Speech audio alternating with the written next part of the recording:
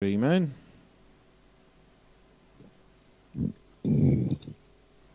Yeah, a lot of them don't like if you're not doing 16 I think that's now. gone green. Let's just refresh this stream and see if we're on. Oh, it's showing Live up in my stream. subscriptions. There we go. Yeah. That's really big. It's cropping off. Yeah, I'm going to need to change that. Need to scale Oh, there we go. the fedulas. Wow. Why not just fucking tell me that at the start? Cockends. And I've not got a chat window. Oh, they've moved the chat window to underneath. From the side.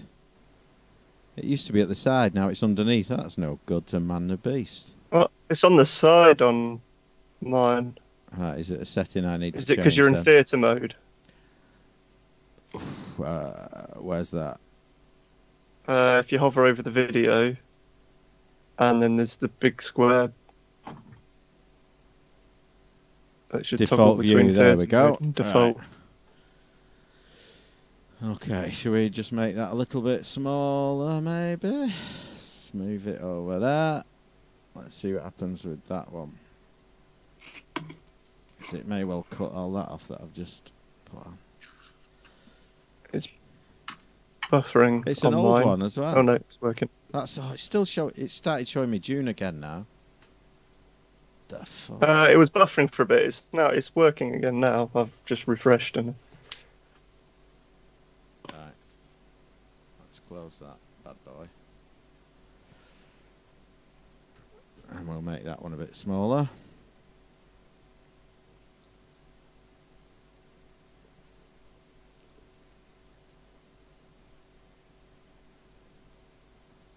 I've got two windows. I've got one with links ready to show. Right, we should be good now.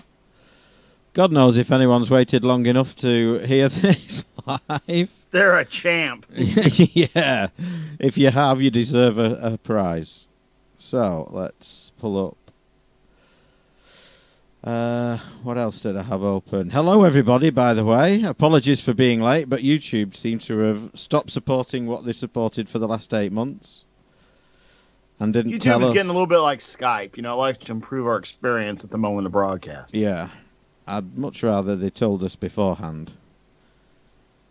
So, hello, everybody. I will jigger about with the video and get the resolution right in a minute. I've had to change everything. So, we are in the summer month of July, which is why Random is naked on camera. Well, that's not why. I mean... Well, that's one of the reasons. It was just one more fucking straw on the camel's back. Yeah, there are several Those clothes reasons are coming off. why Random is naked, and that is just a mere one of them. I'm not fully naked. No, I'll take your word for it. Wait till August. No proof needed. Yeah. If you sit around long enough, there will be evidence of how naked he is, no doubt. So, hello everybody, welcome to July, and I can kick things off with a few things I've been up to, because I've made some notes. So, this last month, my number 2 daughter, that's in order of preference, not age, is working in... Or that she's a shit. Yeah. She's working... Hey, there's one worse, one better, you know. Middle of the road isn't too bad. Middle of the road daughter. Average in all respects, let's face it. Could be worse. She could have been number 3. Didn't make the best school, didn't get thrown out of school. She's working at Camp America in Upper New York State, and she's got her iPhone with her. She keeps in touch via the camp Wi-Fi through WhatsApp and tells us what's going on, sends us pictures, assures us she's okay. And she was charging the phone in the dorm room, and one of the kids came in with a wet swimming costume, took it off, dropped it on the iPhone, got changed, and out she went. So, phone broke. So I appealed to our listeners on Facebook and said, can anyone help me out? Send my daughter in Upper New York State a phone that will support her SIM card and give her access to WhatsApp and Facebook Messenger. And I had a few replies. The first one straight in was Ryan Toole, who had an Android phone. Would have needed a SIM adapter to get it working. And while I was talking to Ryan, up popped Ken Carlson, who had a perfect option, didn't need any adapter, was the same charger as the one she's got on site. So thank you to everyone who offered help, and thank you especially to Ryan, who was ready to run out during his lunchtime, pick up an adapter and all of that stuff, make sure everything was okay. But the one who stepped up and who sent her the phone, which she's currently using, was a long-time listener of ours, Ken Carlson. So thank you very much, Ken. Really appreciated. She really appreciates it, and she will return the phone in a couple of months' time when she leaves the country. And she's left all your dick pics on it as well. Yeah. He assures me he did reset it first and charge it and make sure it was clean. But I apologise if you get any weird pictures when you get it back, Ken. But Ken, you ever handed anybody your phone to show them like one picture and they just start scrolling? Yeah. Whoa, now be careful. You are making a hell of an assumption there, buddy. Yeah. You could literally see anything. So Ken, for his troubles, is going to receive a copy of CG Adventures, which Scott is going to send out. And Ken's also got the new Atari console, is it the Retron 77? And we will find out if our game works in it. I'm not incredibly hopeful because I'm assuming it just downloads the ROM. And ours is running, of course, on a weird ROM, not a normal Atari original ROM. So probably wouldn't work, I wouldn't expect. But he's going to get a copy of the game anyway. And our eternal thanks. So, yeah, thank you everyone who responded. There are good people out there, and what's more, they listen to this show. So thank you, everybody. Yeah, Mike hit me and Mark up, and, I used to keep phones, because, all right, you spent $600, $800, whatever on a phone. You hate to just throw it away, And so we had, 3 generations of iPhones around the house. And I gave one away. Then I had one that was like a 6S, I think it was. And another friend of mine, he took his out to film something on the motorcycle, and it blew out of his hand. So I was like, I realized 2 things are true. They only devalue the more they sit in a drawer. And I'm never going to fucking drive to some parking lot in fucking Culpeper, Virginia to meet some asshole to fucking, deal with, well, I'll give you $250. Yeah, it said $350. I just don't want to do it, So I was just glad to give it away. And then 2 weeks later, Mike hits me up. I'm like, God damn it, I just gave it away. But, yeah, it's funny how many, one generation old phones are just sitting in drawers out there, Yeah. But that was very generous of all of our listeners who reached out to UK Mike there. It is awesome that you were willing to hook him up like that. Absolutely. And so a little addendum to last month's show. Now, Scott asked or commented last month whether we've yet done more shows without SoCal than we did with him. So I looked at the numbers, and here they are for you. So we did 91 shows, including specials with SoCal. 92 if you count the Retro VGS interview where he was a guest. So probably 91 rather than counting him as a guest. And that breaks down to, without the specials, 80 normal monthly shows with him. So, round up 183 would be more shows including specials without him.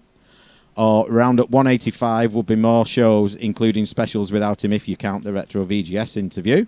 But, to make it more normal monthly shows without him, won't occur until July 2022. So that's quite a while off. He did almost 7 years, and we're coming up on our 10th anniversary. More of that in a second. So we're gonna have to plan. We're gonna have to actually plan for that. Yes, but we are. Yeah, the 10th we need to do something cool for that. I think we should consider meeting in person again and doing a live show with all of us. All 4 of us or something.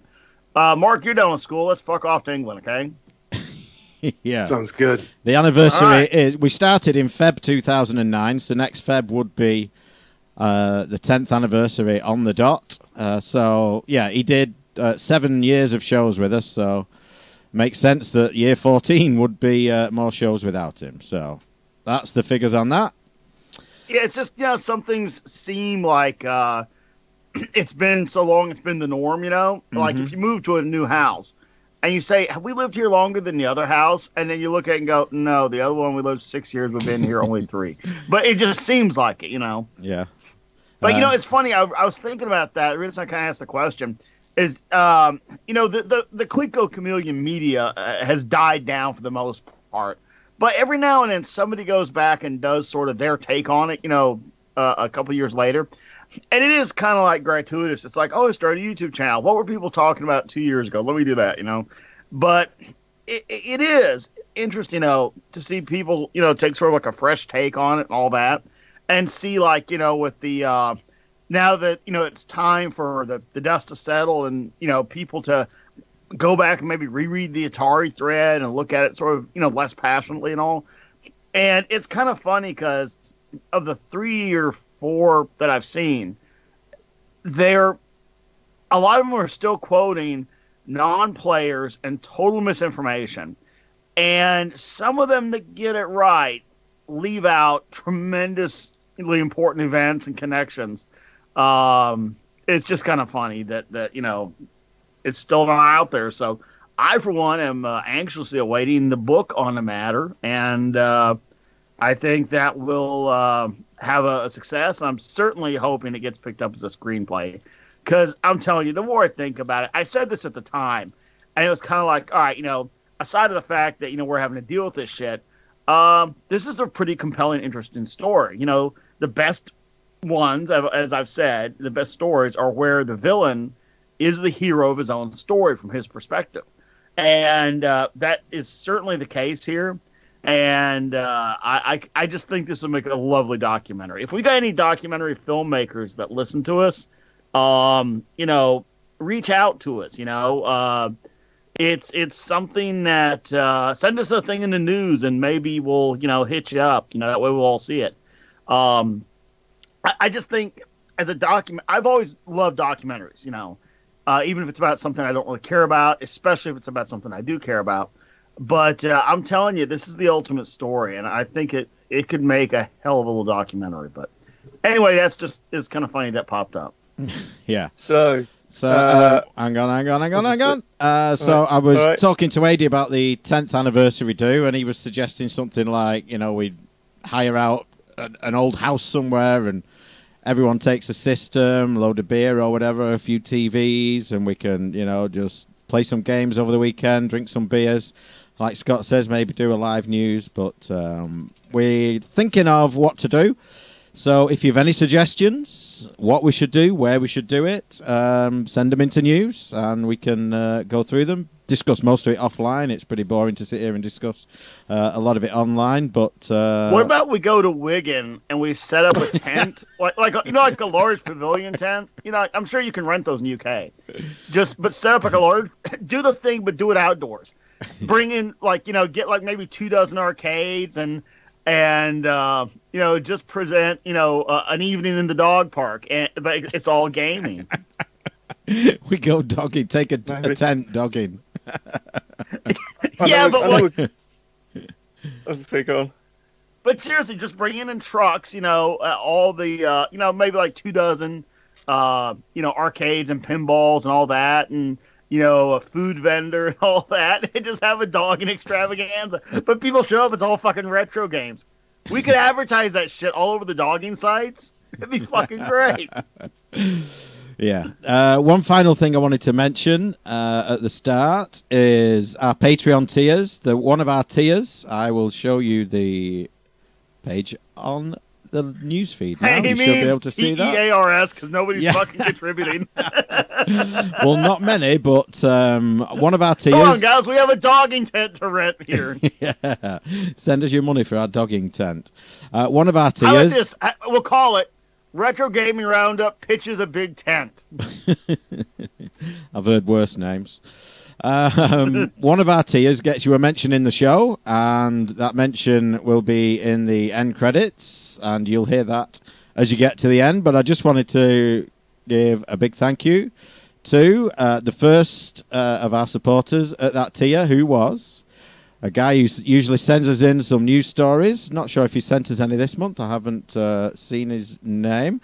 But that is Glenn Minette. I'm sure he's a New Zealander rather than Australia. I'm sure he's from New Zealand, but goes by the name Combi in the forums. So thank you, Glenn. Yep. Long time. Woo! Yeah, woo! For supporting the show. And you'll get your mention again at the end. So if you want to mention in the end credits, hit up Patreon, bitches.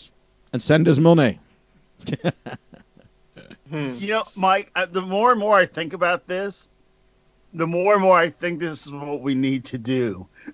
We need to just roll into the hottest dogging spot in the area. I mean, within the Manchester metro area. Find the biggest one. And then set up a tent with, games like, just back to back, like maybe 12 games on each side, back to back with the power down the middle and all that. And then, have our banner and, our usual shenanigans. We'll just set up a booth in the fucking biggest dogging spot we can find. And it would be, I think, promote innocently like Doggerfest. And then all these fucking people that are doggers would show up to this, and it would be a retro gaming event. I just think this is what we need to do for our 10th anniversary. We'll have to get the game Boonga Boonga. We should have like a booth in the back where if they pay like a certain tier, Random Dave can give out hand jobs. How about the Sparkle Plus kissing booth? Yeah, there you go. Hey, he can just have a, "What's up, I'm American. You want to make out?" Sure do. Roll up, kiss an American, roll up. Can I borrow your chapstick? So, apart from me buying a house on wheels this weekend and buying every accessory known to man for the fucking thing as well, that's about me for this month. So what about all of y'all? Well, I was doing my sort of modern gaming thing. I'm still doing, just playing through, so many fucking games now that are good on the PS4. I'm really pleased. In fact, I was thinking about, okay, so, the PlayStation, they've really gotten their development down to where it's accessible to non-double thumb gamers. And my latest test of that was I just had to bail on Witcher 3. I know it's supposed to be the greatest thing since sliced bread. I'll come back to it. But I just got fucking disgusted with the pettiness and the little steps. Like, I was dealing with this barren asshole for, like, days. And finally, it's like, all right, go here, wrap this son of a bitch up, and go on and see something else. I need to go to the castle. Oh, castle's closed. You need a note. I'm like, fuck you, eject, next, So I'll go back and play with it later, just not now. So I need to start up something else. So I had two games that I'd kind of considered next. One is Mad Max, which I started up, got maybe a third of the way through, and I will go back to that one probably before Witcher 3. That one's going to get finished. Absolutely love Mad Max. It's just a fun adventure game. See, that's kind of what was missing from video games for so long. It's just a simple, fun adventure game, right? Where, it's got a great repeatability, good action, like a good side scroller, that kind of stuff. And Mad Max is just fantastic. I mean, you just run around, destroy shit, and get destroyed, and run over people. It's freaking great. And it's actually got some, for a movie game, it's actually pretty well thought out. So I was enjoying that, and then God of War dropped into my hands. I'm like, well, let me check that out. So now I'm really into God of War. That is cool. But that's one of those titles that could have easily not been, retro gamer, friendly. And it is. It's wonderful. So I'm really playing some God of War right now. So that's kind of like the modern thing, that's working out for me. But I got to thinking, I wonder how Xbox is doing with the One, which is their latest fourth revision or so of the console. And I thought, I'll just have to pick one up and try that out, because if it's improved like PS4, It'd be like back in the day, when you had like an Atari and a ColecoVision, or a ColecoVision and an Intellivision, and you had 2 platforms to choose from. So I think I'll probably go this week when I get off Thursday, and I think I'll have to pick up an Xbox One just to try it out side by side with the PS4 and see how they're doing with modern gamers, and I'll have to give you guys a report. As far as retro gaming goes, been fiddling around with some computer stuff. I've got the Apple is progressing, and I picked up another DOS era computer, late DOS, Windows 98. It's a AMD K62 300, although the board I think supports up to 800.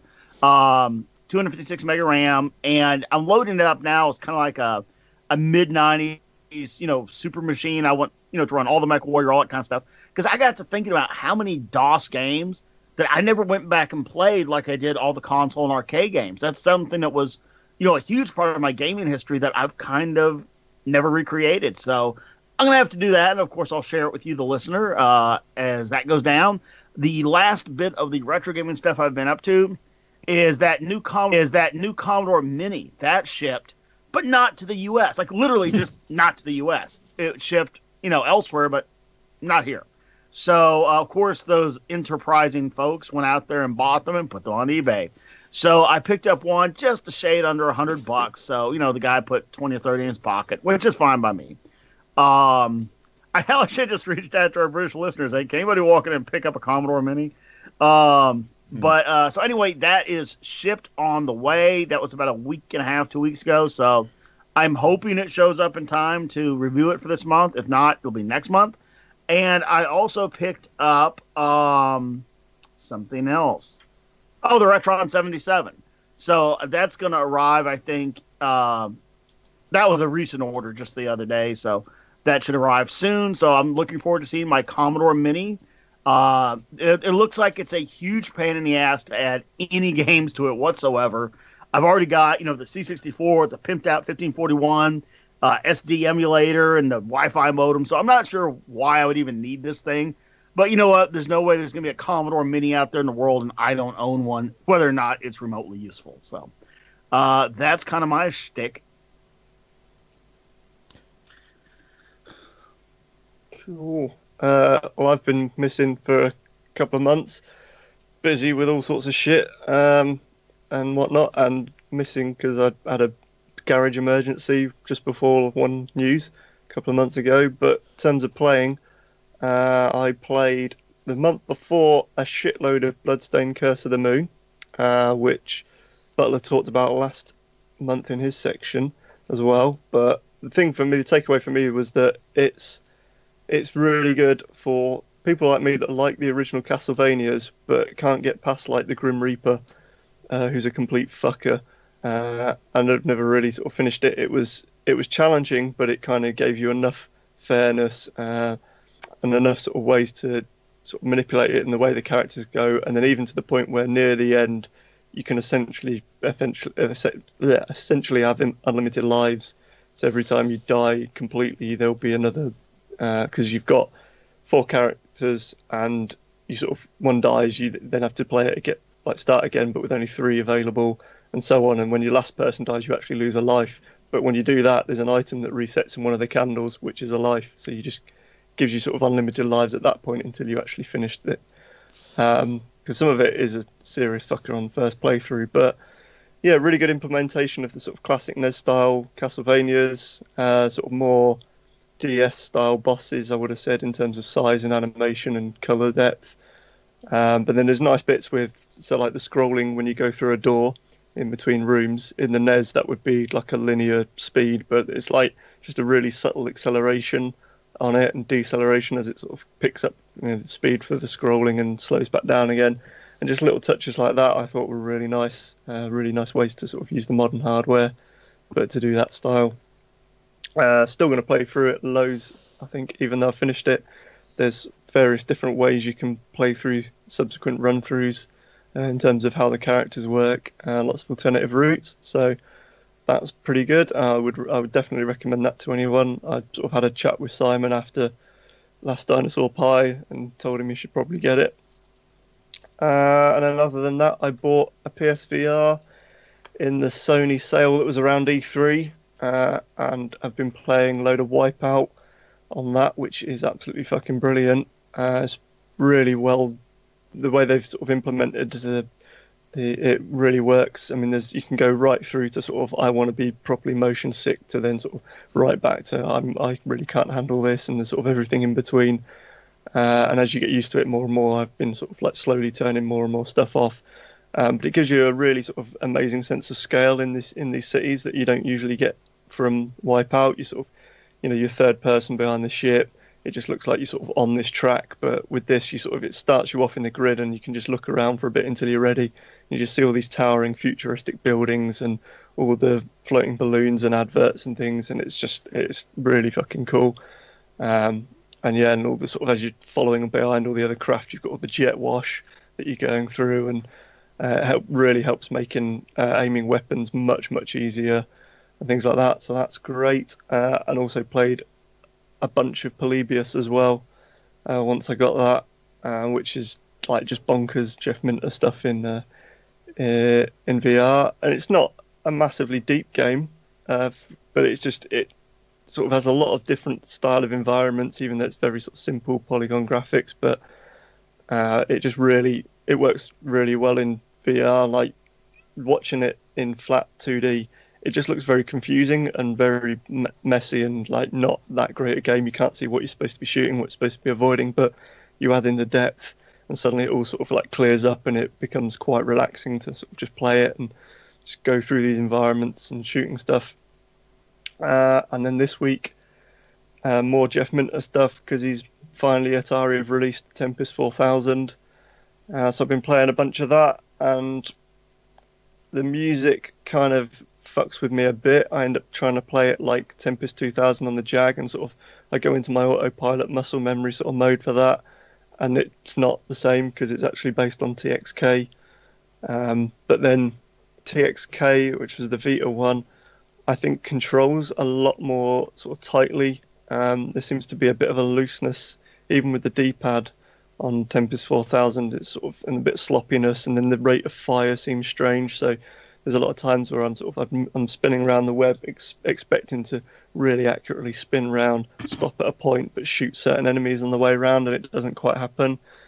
And I've been still going fairly far through it. And I'm in the sort of top 20 on the worldwide leaderboard generally, but I know something feels a little bit off maybe compared to some of the other ones, but and it's quite expensive really for what it is, but I'm happy to pay for it because I'm an idiot. But yeah, I mean, I played TXK before on a PS4 on a 3D TV many years ago at Play Manchester. I don't remember it having that sort of like very instant, as soon as you pick it up and try and play it, that it feels a bit off when I played it then. So I don't know what's happened, if anything has happened or what. But yeah, it's a bit of an odd one, that. But other than that, that's sort of about it for gaming. Nice. Well, at the end of last month, I finished up my master's degree. Yay! And now I'm just trying to catch up on life that I've abandoned my family for the last 2.5 years. So, working on my comic book collection. I've finally got all 34 long boxes of comics bagged and boarded. Now I'm starting the process of sorting everything. Oh man, it's a lot of comic books. It's kind of cool flipping through a lot of them. You see the old advertisements for things like Frogger and stuff on the back. I mean, that was a pretty big vehicle for advertising, I think, for gaming culture back in the day. Oh, dude, that's where you saw most of the stuff you never owned. Like, that's where I saw Vectrex ads, but I never had a Vectrex, that kind of stuff. Yeah. So we were on vacation doing a little 4th of July celebration earlier in the month. Went to the beach with the fam. The resort that we stayed at had a little arcade room, and I don't know, probably spent $100 on Super Bikes by Raw Thrills. Have you guys played that one? No. No, I've seen it, but I haven't played it. Kind of one of these like on rails racers. You can't really crash; you just kind of bang into the side. But my kids loved it. maybe not the greatest game, but it's a lot of fun. So we had a lot of fun playing that. Still playing Friday the 13th. Still addicted to that. I think I'm level 134 now, so kind of approaching that max level 150. Spent a lot of time murdering racist 12-year-olds. Sunday mornings are the best time to play. It seems like when there's the most little kids playing.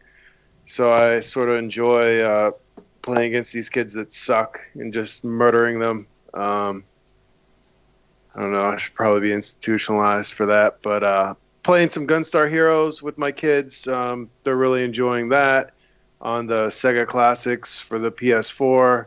And then sort of have my basement set up as comic book sorting central right now, and taking a lot of breaks and playing Samurai Showdown and Garu Mark of the Wolves when I want to take a little break. So having some fun with some old school fighters as well. And that's it for me. Awesome. One thing I did forget, so we mentioned last month in news that the forum Jammer Plus had closed. And there's a discussion on UK VAC. Some of the members have come over, some of them haven't. There was a fallout between the forum years ago, and some people bear grudges and some don't.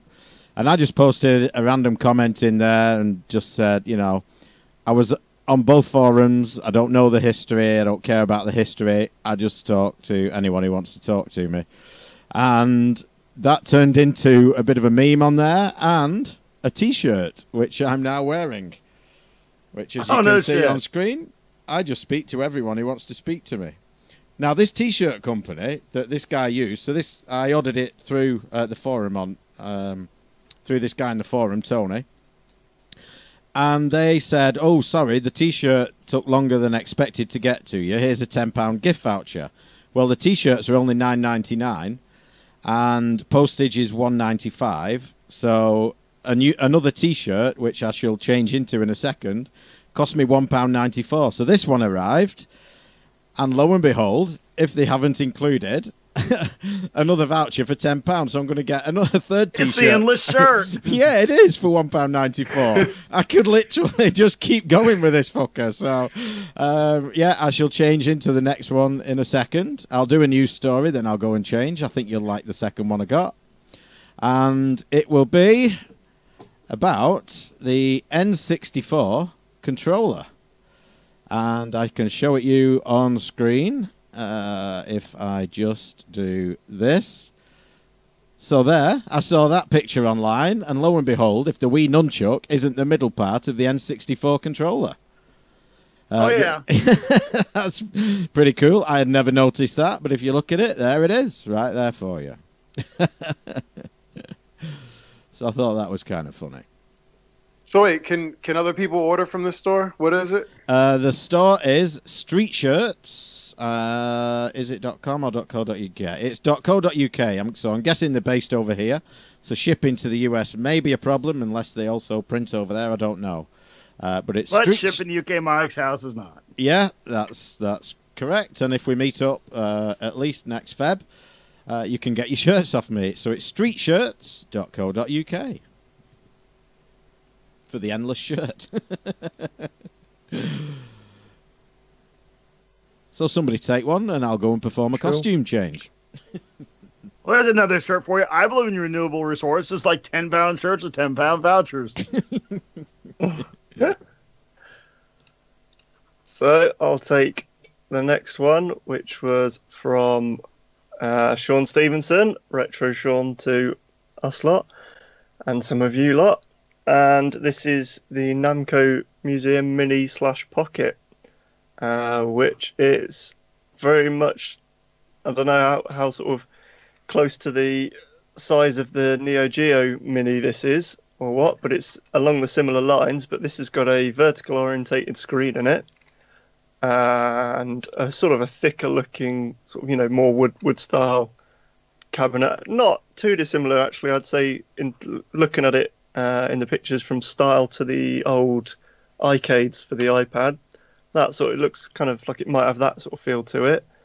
I'm just trying to see if there's any information on that. There's not really any information on this news story about how big the screen is, which is therefore the giveaway of how big the actual unit is, but it's got a bat.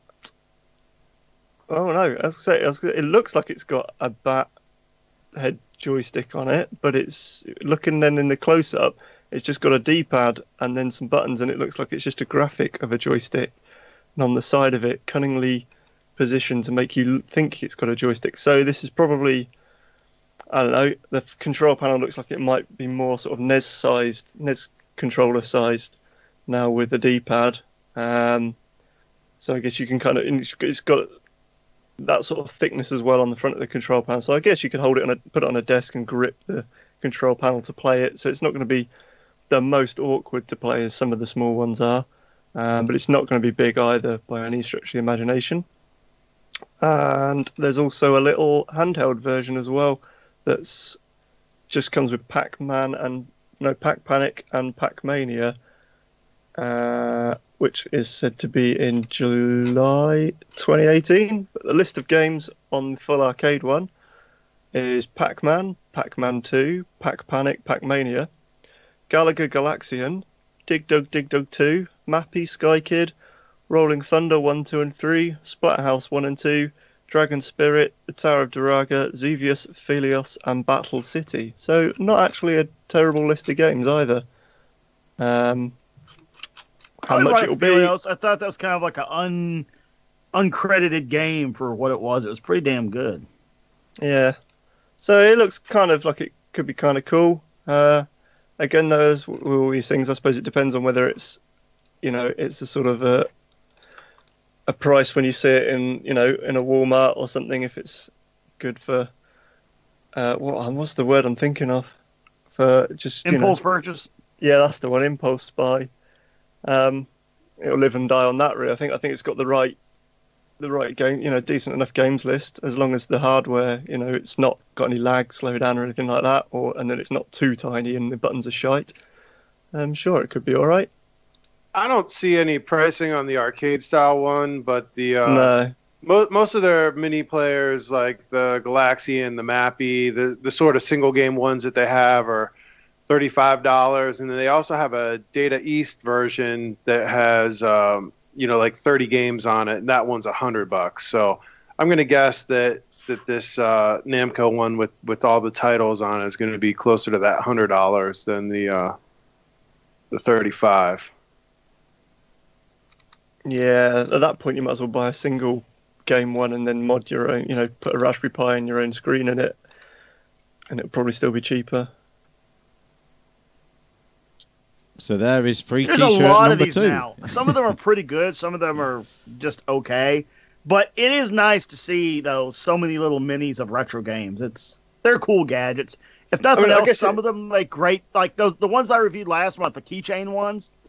They're cool, man. I mean, those make great shelf sets just to line up a bunch of them, I guess it's similar to when you had the big sort of boom in Jack's Pacific, mostly, the TV games, and you had all the, all the different Genesis ones with different game packs. You had the Pac-Man ones, the Tetris ones, Street Fighter ones, I guess they're just, it's the next sort of step in that. I suppose it's more expensive. They used to just be plugged straight into a composite TV, so don't need expensive hardware to do that. But now I suppose by the time you're doing something that's going to have an HDMI out and it's got licensing attached to the HDMI, you might as well put a bit more effort in to make your own cabinet and sell it at a greater profit, probably. Yeah. Some of those original Jacks are quite collectible at this point. Oh yeah. And there's of course the old Coleco ones. People collected those and lined those up as well, and still do today. So there is T-shirt number 2 for you.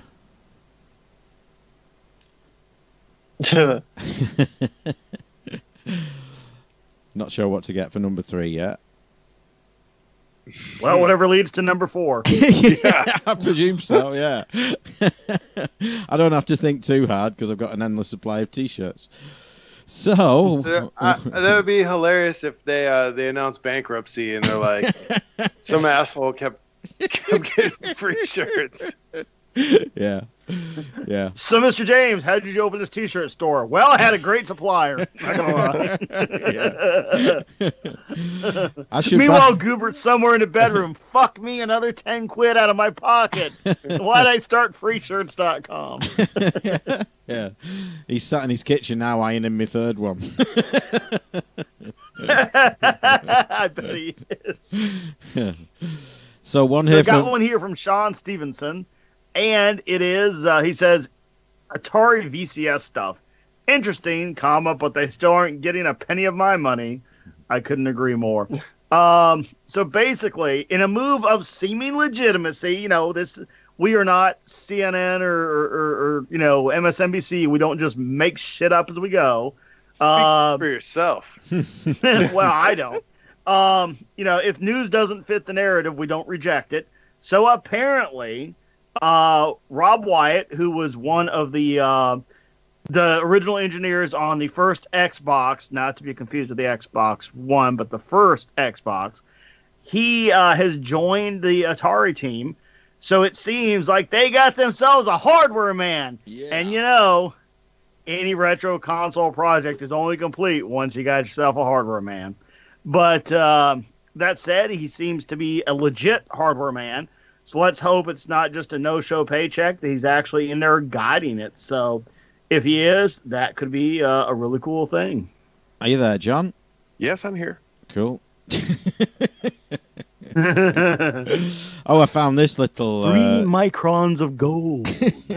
Yeah, where did it end at? It ended at like a little over $3 million, right? So it sort of shot up quickly and then kind of didn't end with a bang by any stretch. No.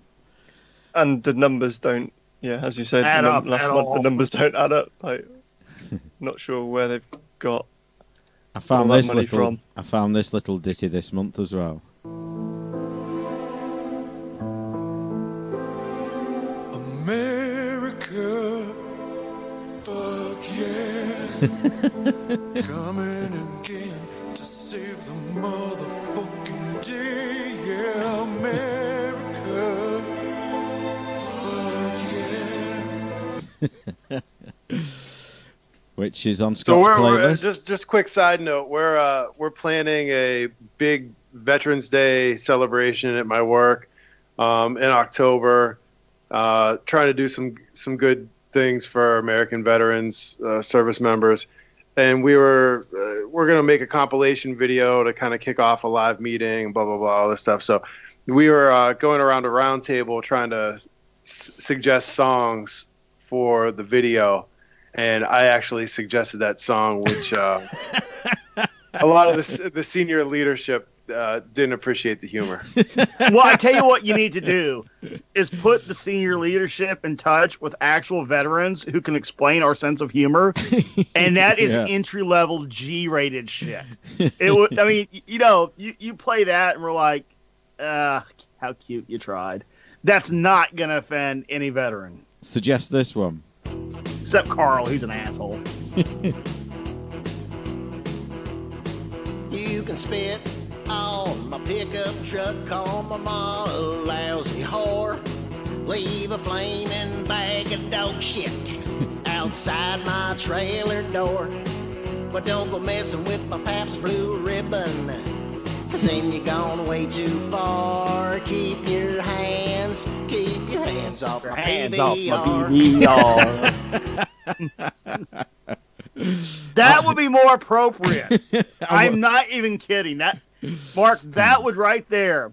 That will be far more appropriate for the intro than any of the shit that's going to be chosen. I've never understood this. Know your audience. Don't presume. Don't play it safe. Don't think that you need to do what people expect you to. Just go, hey, what do you guys want to hear? Hey, Scuzz Twitley's pretty good. Fuck that, yeah, whatever. Look, if you fucking, had Symphony for Destruction blaring on loudspeakers on a fucking M1 tank as you fucking machine gun jihadis, you can handle Team America. They never gave me a tank, and I resent it to this day. Not all of the hosts endorse that. What? Not all the hosts endorse that? Oh, come on. The non-veteran hosts do not endorse what the veterans are actually saying. How's your dick? How's your dick? Station machine. Station machine. How's your dick? How's your dick? Station machine. How is your dictation machine? Yeehaw! Okay, one here from Spinal, who says, I don't know if anyone else has mentioned it yet, but the BBC have put pretty much all of their old TV shows about computers online for everyone to watch. Not only that, they have also added some software from those shows that you can run in an emulator. A very nice move from the BBC, signed Spinal. And so these were from the 80s, when the BBC Micro was a thing. And obviously, as the name would suggest, the BBC were heavily pushing this. And they got it into all of our schools. And they ran a series of programs about it. One was called a computer program. What else was there? Can't remember what they were all called now. But I do remember some of these presented by a lot of presenters who were on other technology shows. We used to have a show over here called Tomorrow's World, which dealt with, current technology and steps that were expected in that. And interestingly, one of the articles they had on Tomorrow's World was an engine that ran on just water, and that guy seemed to disappear. Maybe an oil company or two had something to do with that, but that guy was never seen or heard from ever again. I think he shot himself twice in the head and once in the foot or something like that.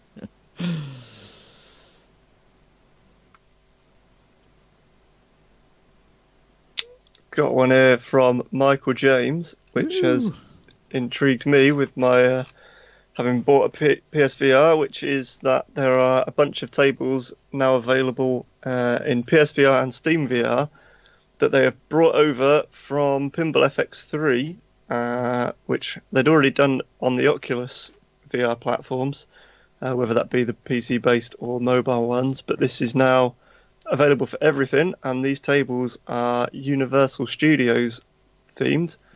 They've had them in Pinball FX3 as well previously, but they're now obviously in 3D and not just 2D, and they are E.T., Back to the Future and Jaws. Look like they could be pretty good. The Zen Studios Pinball FX stuff, I've kind of, it's they sort of have a bit of a grounding in reality, but also then a bit of a play, like the Star Wars tables. I played a ton of when they brought those out with this, especially the Empire Strikes Back one, and that was fun because you had sort of stormtrooper toys popping up that were then fully animated that you would shoot at you or you'd shoot at them, and there's like AT-ATs that would come in as well. But then they're able to do sort of, they had them as sort of semi, almost could be done. But then, now and again you'd get like a TIE fighter model flying around and things like that, sort of a bit more fantastical. But yeah, that looks like it could be interesting. I'm going to have to have a little investigate on that and maybe play some pinball in VR. Like a bit of Jaws.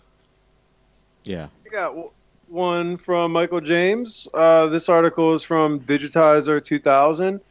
This is the 10 almost forgotten game sequels, and I'm just gonna read through some of the list, not maybe touch on all of them, but some of the games that they bring up are Heart of the Alien, which is the sequel to Another World, Fade to Black, which was similar to Another World.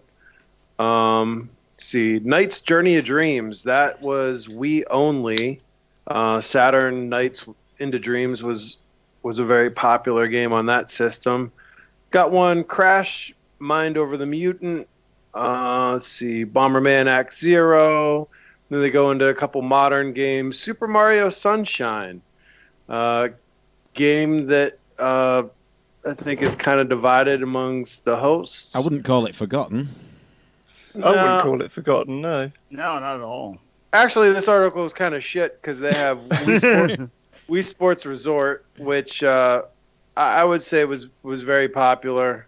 Yeah, that was more popular, and I'd say in some respects, because you had the sort of the motion plus, and you had like the sword fighting stuff, and certainly my ex's parents ended up with that and like loved the shit out of that. Not so much like the first one. Maybe the one that was, what was the one on the 3DS that was dog shit? Was that a Pilotwings that just happened to be on the? Did it do on the Woohoo Island? Yeah, I think it was a dog shit Pilotwings based on the Wii Sports Resort Island. Yeah, there was one on the that was Wii. It was on the Wii, I think, not the 3DS. There was a Pilotwings sort of clone on the Wii. I picked that up. It was fucking awful. There was definitely one on 3DS at launch. Right, okay. It was not good. Don't recall that one. Well, I've got one here from UK Mike. Woo. And it is The Strong Acquires the Pinball Archive. So pretty much the gist of it is, and that the opening paragraph is actually pretty well written. Whenever any pinball machine is designed and built, there's a lot of paperwork generated. The playfield drawings, wiring diagrams, mechanical drawings, bill of materials, purchase orders, everything has to be designed, calculated, and documented. The paperwork can also be rather revealing about how the games are created. So yeah, actually it is. So a lot of that paperwork had been archived for years and ended up getting handed over to, I assume it's the Strong Museum of Play. Yeah, the Strong Museum in Rochester. They actually, their Pinball 2000 has my old computer and Prism card in it because they were the ones that bought that off of me. So, yeah, looks like they've got one heck of an archive on their hands of just what it takes to build a pinball. You know, I popped into the Asheville, North Carolina Pinball Museum. It was pretty good. They got some decent games there, kind of, usual suspects, what you would expect. No, I wish there was one giant destination. I mean, I'm talking, stadium-size location just filled with pinball, because it seems like there's so many, quote, pinball museums all over that it takes away from any one of them being the destination for it. Do you guys feel that way, or? Well, the way I feel about it is you've got movies are huge. You've got Universal Studios, you've got Wax Museums, you got a ton of stuff for movies. Sports, huge. Every goddamn 2-stoplight town you go to in America has a sports bar, right? But there are dozens, maybe, nationwide of gaming bars, There are very few, pinball and video game museums. But there's every town has some sports museum, Yeah, I mean, absolutely. I think as for an economic block as big as it is, and it's kind of a mystery, where's the money go? Because you've got this huge economic block that all the studios are on the verge of going out of business. They're all shuttering up. There'll be nobody left to make video games. There's no massive amount of sports bars. And there's no large museums or tributes to this stuff. Yeah, absolutely. It's missing. And it's kind of amazing given the enormity of the hobby. Well, I had some older family members. We were up in Asheville seeing the Biltmore, which is, America's castle, if you will, in a Chihuly glass exhibit. And when I mentioned wanting to stop at the Pinball Museum up there, my family members were like, well, what, you're just going to stare at pinball machines? And I was like, no, you play them. It wouldn't really be a pinball museum if you just stared at the games. You have to be able to play them, that would be retarded. So I want to get up to this Strong Museum. It's up in Rochester, though. And it's just what else would I do if I went there, So I know I'm going to have to get up to Rochester, New York at some point, but it's just I just wish it was somewhere like Chicago or New York City or LA or just somewhere where there was other things to do. I mean, the museum looks fantastic. I know they do a lot of great work there. It's just kind of one of those weird destination places. I don't know that they get a whole lot of international travelers pining to go to Rochester. So What Well, is there to are do just in those Rochester, places that New catch York? on for one reason or another, you know? not Rochester. Well, I've just searched what is there to do in Rochester, New York, and the first thing that comes up is the Strong Museum. And then you've got George Eastman Museum, a museum of photos and film in a 1905 mansion. And you've got a zoo. And you've got Seabreeze Amusement Park, Highland Park, which has an arboretum and gardens. You might be struggling there, I'm afraid. Yeah, but I'm telling you, man, like that fun spot that's in like the middle of nowhere, New Hampshire. Yeah, it's a huge success. Lloyd's place out in the middle of nowhere, huge success. I've never been able to put the logic behind it. That's why I've always complained about in the idea of opening up a barcade or anything myself is you can have a shit location and can't, you're packed. You can have a great location and can't keep afloat. Like Insert Coins in Vegas, they couldn't stay afloat and they had a brilliant location. Yet, freaking fun spot in the middle of nowhere, New Hampshire is perfectly fine. Is going to be there a long time. So it doesn't make a lot of sense sometimes. Well, speaking of fun spot, looks like our friend Billy Mitchell came out with a new statement. Do you guys watch the hour-long video? I did. I watched the whole hour. I keep meaning to, and I keep forgetting. And every now and again, I see it and open an open tab on my desktop, and I'm like, "Oh, I need to watch it," and then forget. And is it worth me watching? So Nothing Billy to Mitchell see here. Was at a panel at Southern Fried Gaming Expo. Yeah. Really like those guys.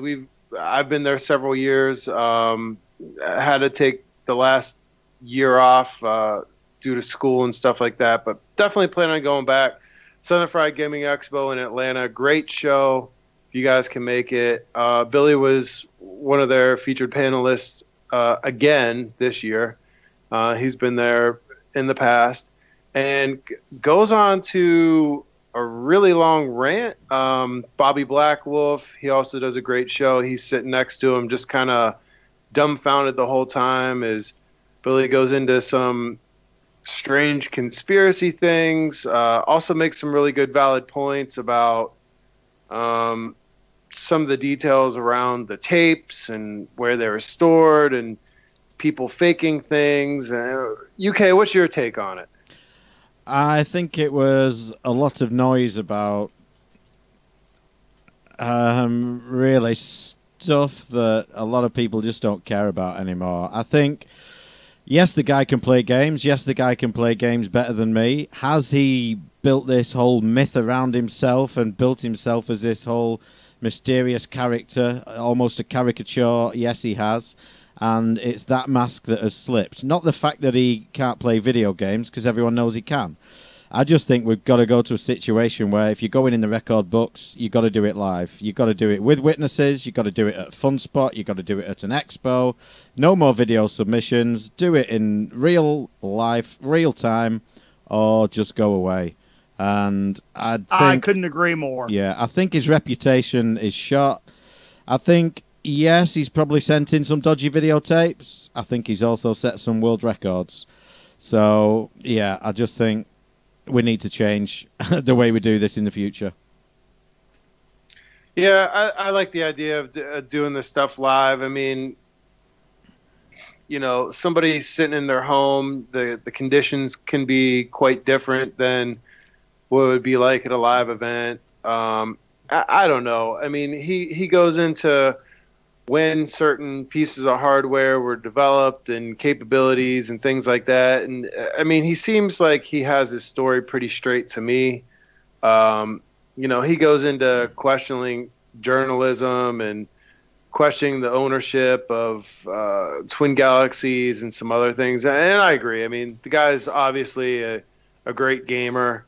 Where some of his scores maybe flubbed a little bit, or did he play on MAME, not play on MAME? I don't know. I mean, he's certainly a hell of a lot better gamer than I am. I think he's pretty iconic, and I think it's too bad if they strip him of all of his scores and all of his records. I mean, at the end of the day, the guy's done a lot to sort of bring a lot of notoriety to the hobby.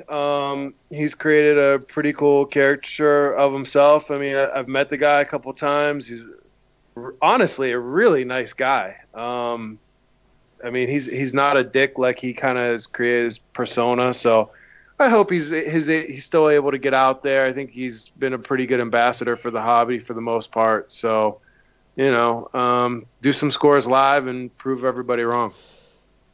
We do have his phone number, don't we, Scott? Somewhere. One here. Sent by me, but it was some blurb I got, and it says, "Hello, gamer friends." The title is Retro Video Game in Startup.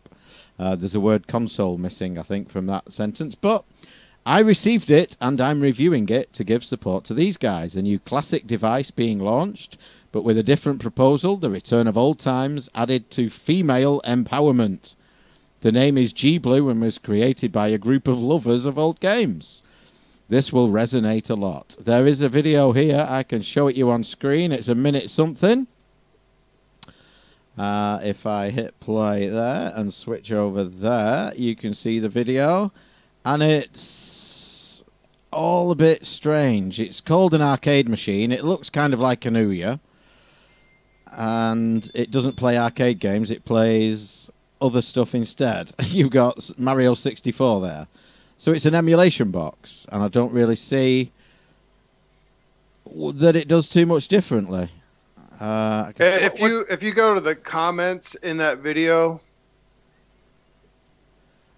let's do that. We can show the comments on screen. Which video? Which link is this, Mike? This is I just tried to scroll down. The email is showing the entitled page. Retro Video Gaming Startup, and the video's playing in the live news stream. So it's got a network port, a USB port, at least one. It looks like either one on its side or a Firewire port. And now it's playing Diddy Kong Racing, and now it's playing some Japanese block dropper.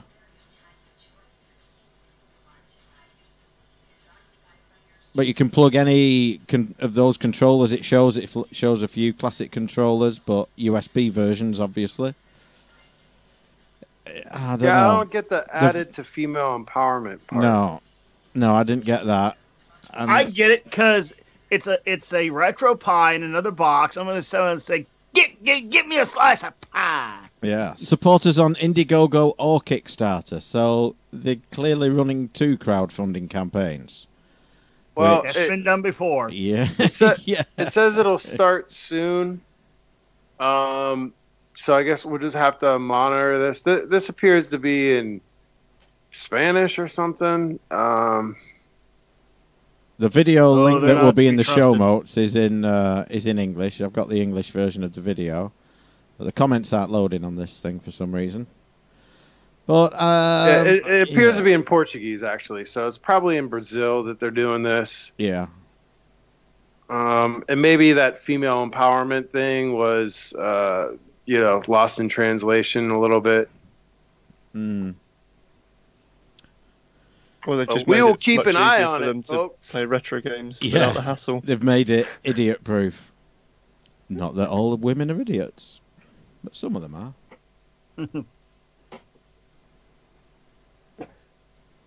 So, moving on, I've got another one from Sean Stevenson, which, if any of you are in the southwest of England, or fairly close enough to make this journey, on the 18th of August, they are having a bit of a retro show they call a gaming festival, and they have a sort of general admission 11 till 5 p.m. open to families and players of all ages, but then evening tickets from 6 p.m. restricted to the over 18s.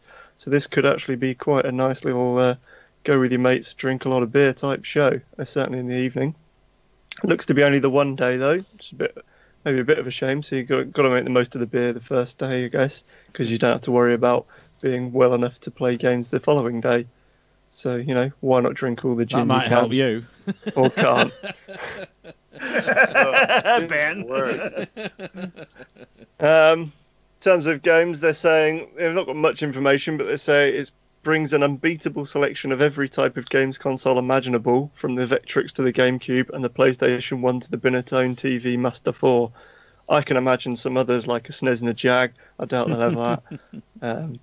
But so if you're in that way and you're free on August the 18th, why not check it out?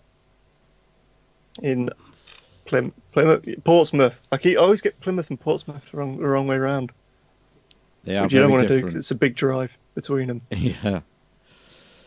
We got one here, which was a comment on our news stream from June, and it says, it's from Tim Hathaway, and he says, we need a Scott Arcade Video Tour 2018.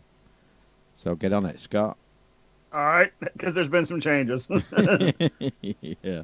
Actually, I'm doing a party before too long, so yeah, I'll get that done.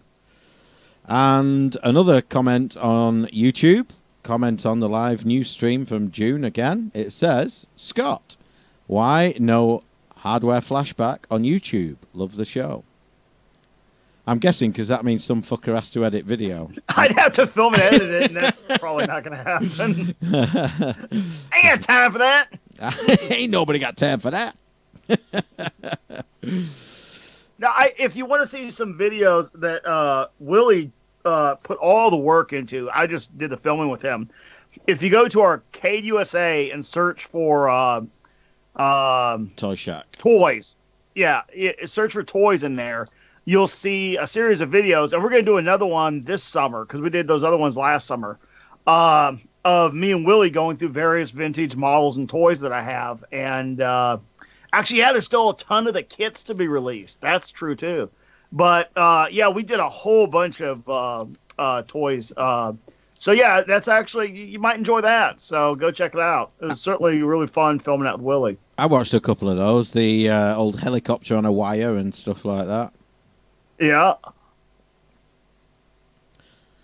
So Sparkle Puss sent us an interesting one about a wake. This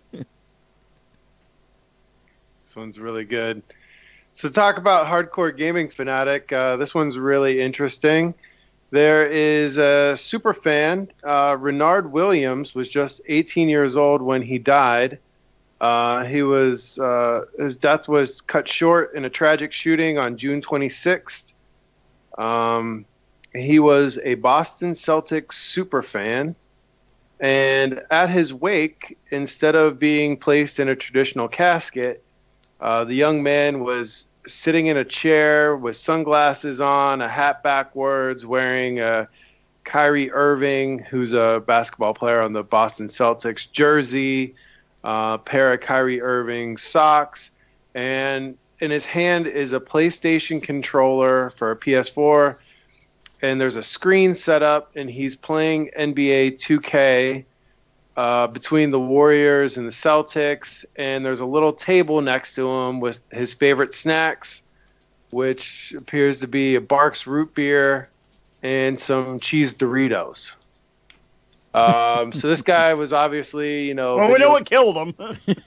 Yeah. Well, just drive-by shooting. So, I mean, hey, this is pretty interesting. Way to fuck up the fast food joke. I mean, I think with younger generation, millennials, people are doing things, a little bit different. And this guy, I thought it was nice that his family propped him in a chair there playing NBA 2K on his PS4. So I just kind of wanted to open it up to the rest of the host. If you were going to be staged in a wake playing a video game, what game and snack and beverage would you guys kind of want there? And so let's kind of go around and see what you guys would do. Star Fox and dandelions. Like dandelion greens or Just grass, dandelions, all the stuff I usually snack on. Yeah.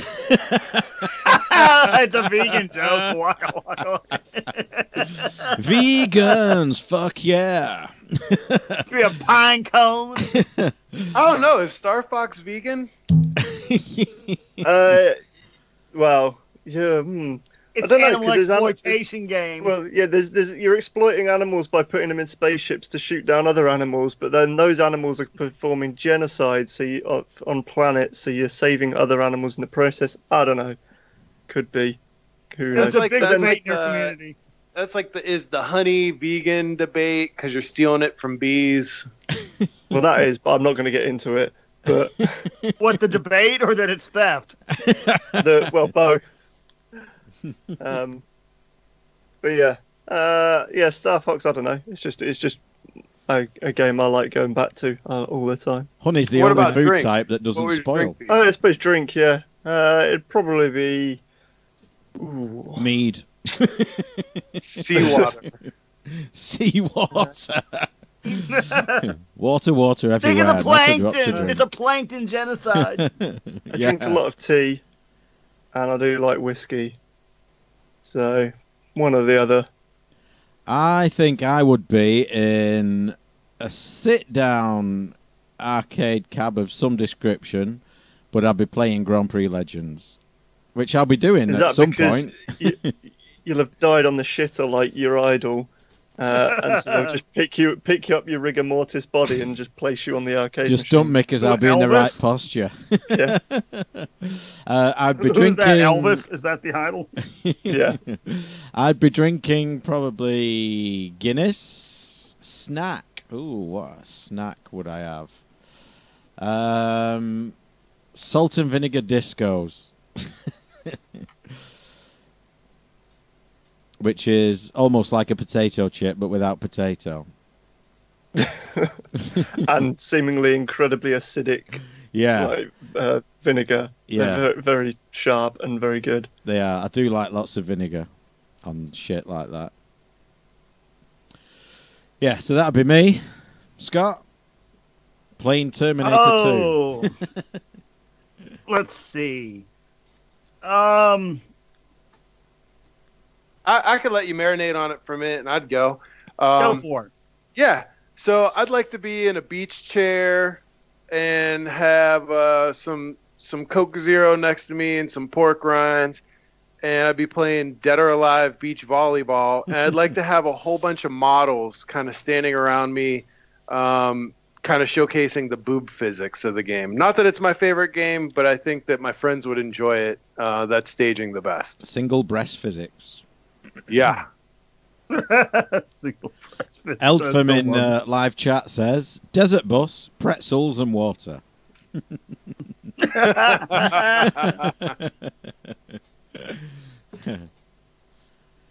Scott? Oh, let's see. The Atari 2600 with CG Adventures in it, a young lady in my lap, and a double scotch on the table. Seems legit. I'll make sure when you pass, we get that lady that married the oscilloscope that's sitting in your lap. That's not a lovely young lady. That's an ugly young feller. Same difference. Yeah. Oh, I Close saw a enough. great meme the other day. You know those kids in Thailand they rescued out of the cave? Yeah. That's a Not pretty personally. badass story. I mean, you saw the story. It was everywhere. Yeah. That's a pretty badass story. I mean, those guys, man. One of the volunteer divers said, "Yeah, I was pretty certain we'd get him out, but just not sure we'd get him out alive." I mean, that was like I don't know much about fucking diving underwater shit, but one of my very good friends who is like a legit former SEAL was like, "Dude, that's fucking 1 in a million. That's some badass shit, you know." So I mean, that was an awesome story. I'm truly happy for them, but it made for some good memes. So there was one that had a picture of the boys. It said, "Remember those boys that are saved from a cave in Thailand?" And it showed a picture of like 6, ladies all dressed up. It's like, "This is them now. Do you feel old?" Memes are great. I love memes. There's one here that has to be taken in context, I think, and it's the context of last month's show. It's from Spinal, and it's the Commodore 256, and he says, Scott, I wouldn't know Amiga 500 specs from a hole in the head. I had a 600, which was mostly used for playing Lemmings and drawing crap in D-Paint. So that was based on the Commodore Next, which they're talking about. And we commented, well, there was one. It was called the Amiga. Yeah.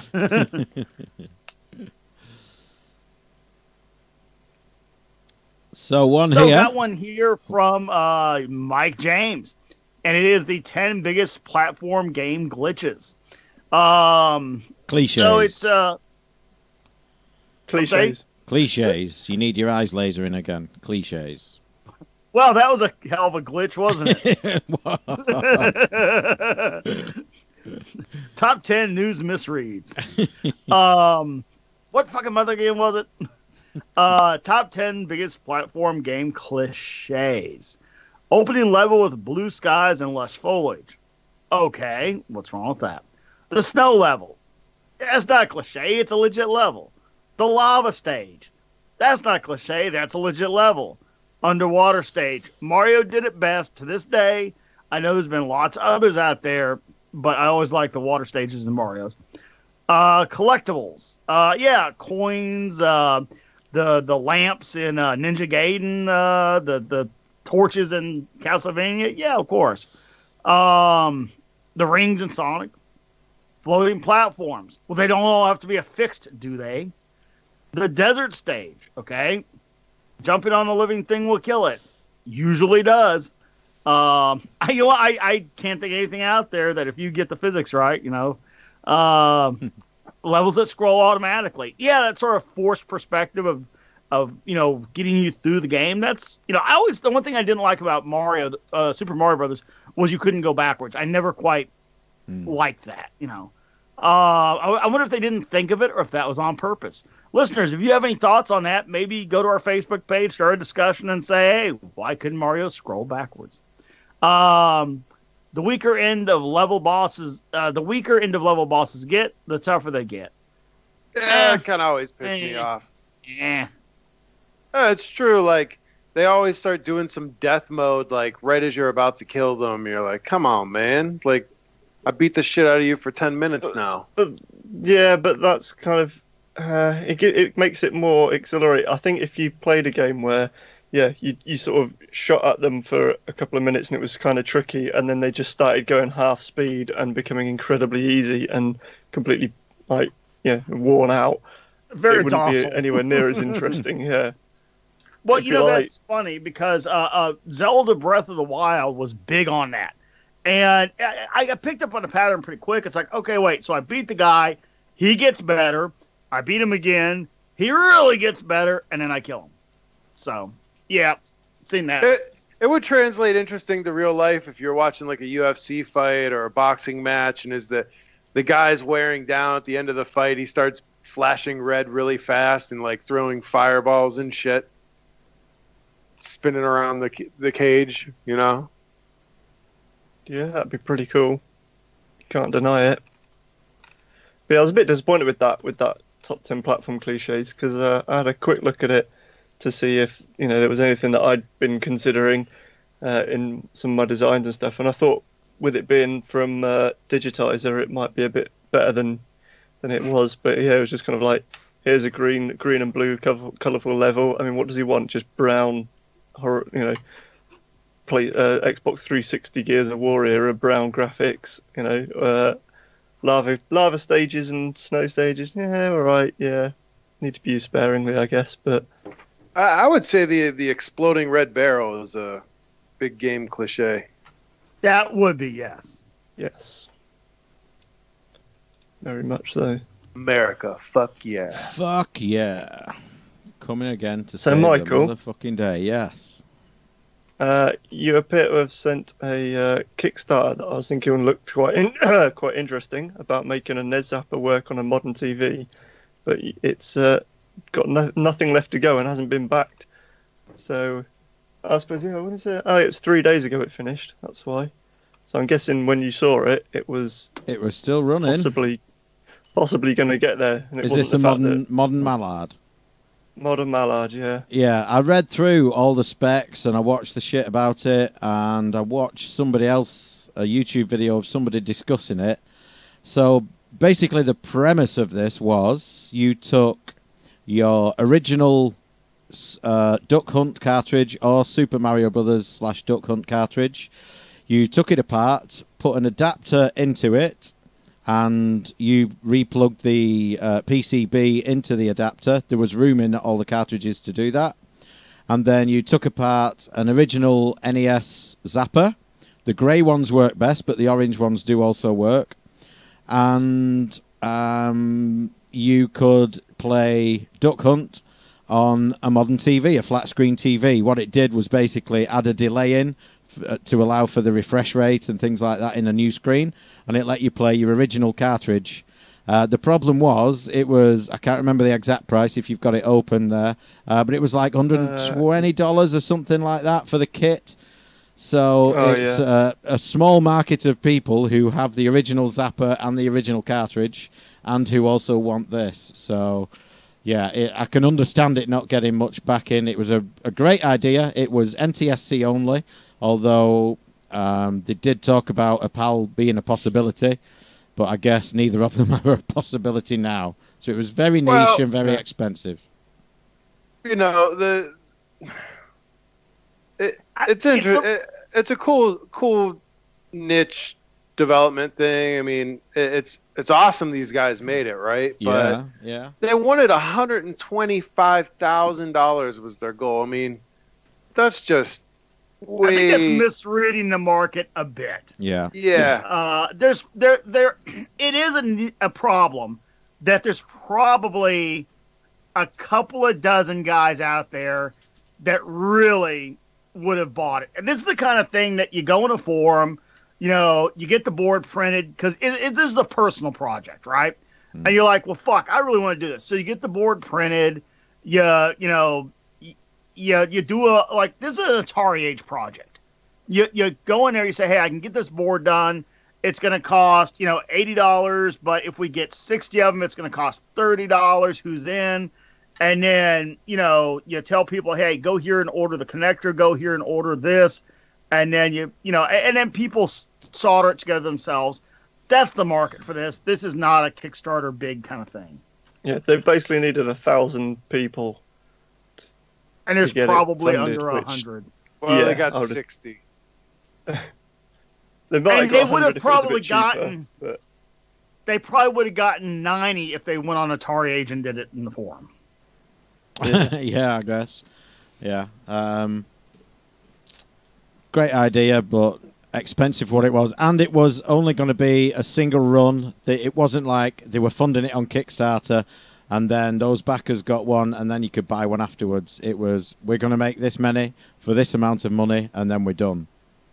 So. And it's not like as well that they could have done it well, I mean, I don't know whether they could, but if they'd have been able to do it where instead of putting this other PCB in the cartridge, it works as like a pass-through adapter between the console and the cartridge, and it supports like all of the NES Zapper games, not just one. I think that might have made it a bit much better value. Yeah, much better value for money that way. Yeah. But... Try again, guys. Come back. Don't give up. Sometimes go to the Atari forums and get 100 of them out there in the world. That's your best bet. I mean, bravo on what you created, and retool, come back again. It's not a horrible idea. You got something there. So got one here from Kip, and it says, oh no, it's again. No, damn it, I can't read today. News item from it's him again. One can of Raid wasn't enough, Kip.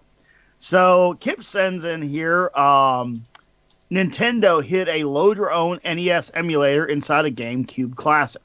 While searching the Animal Crossing code for access to hidden developer menus, Chambers discovered that activating this in-game NES actually causes the game to mount and search the player's memory card for valid NES ROM files. Looks like I need to dust off the GameCube and look into this. That's curious that Nintendo would do that. But there's been a couple cases where emulators have been shoved into games surreptitiously.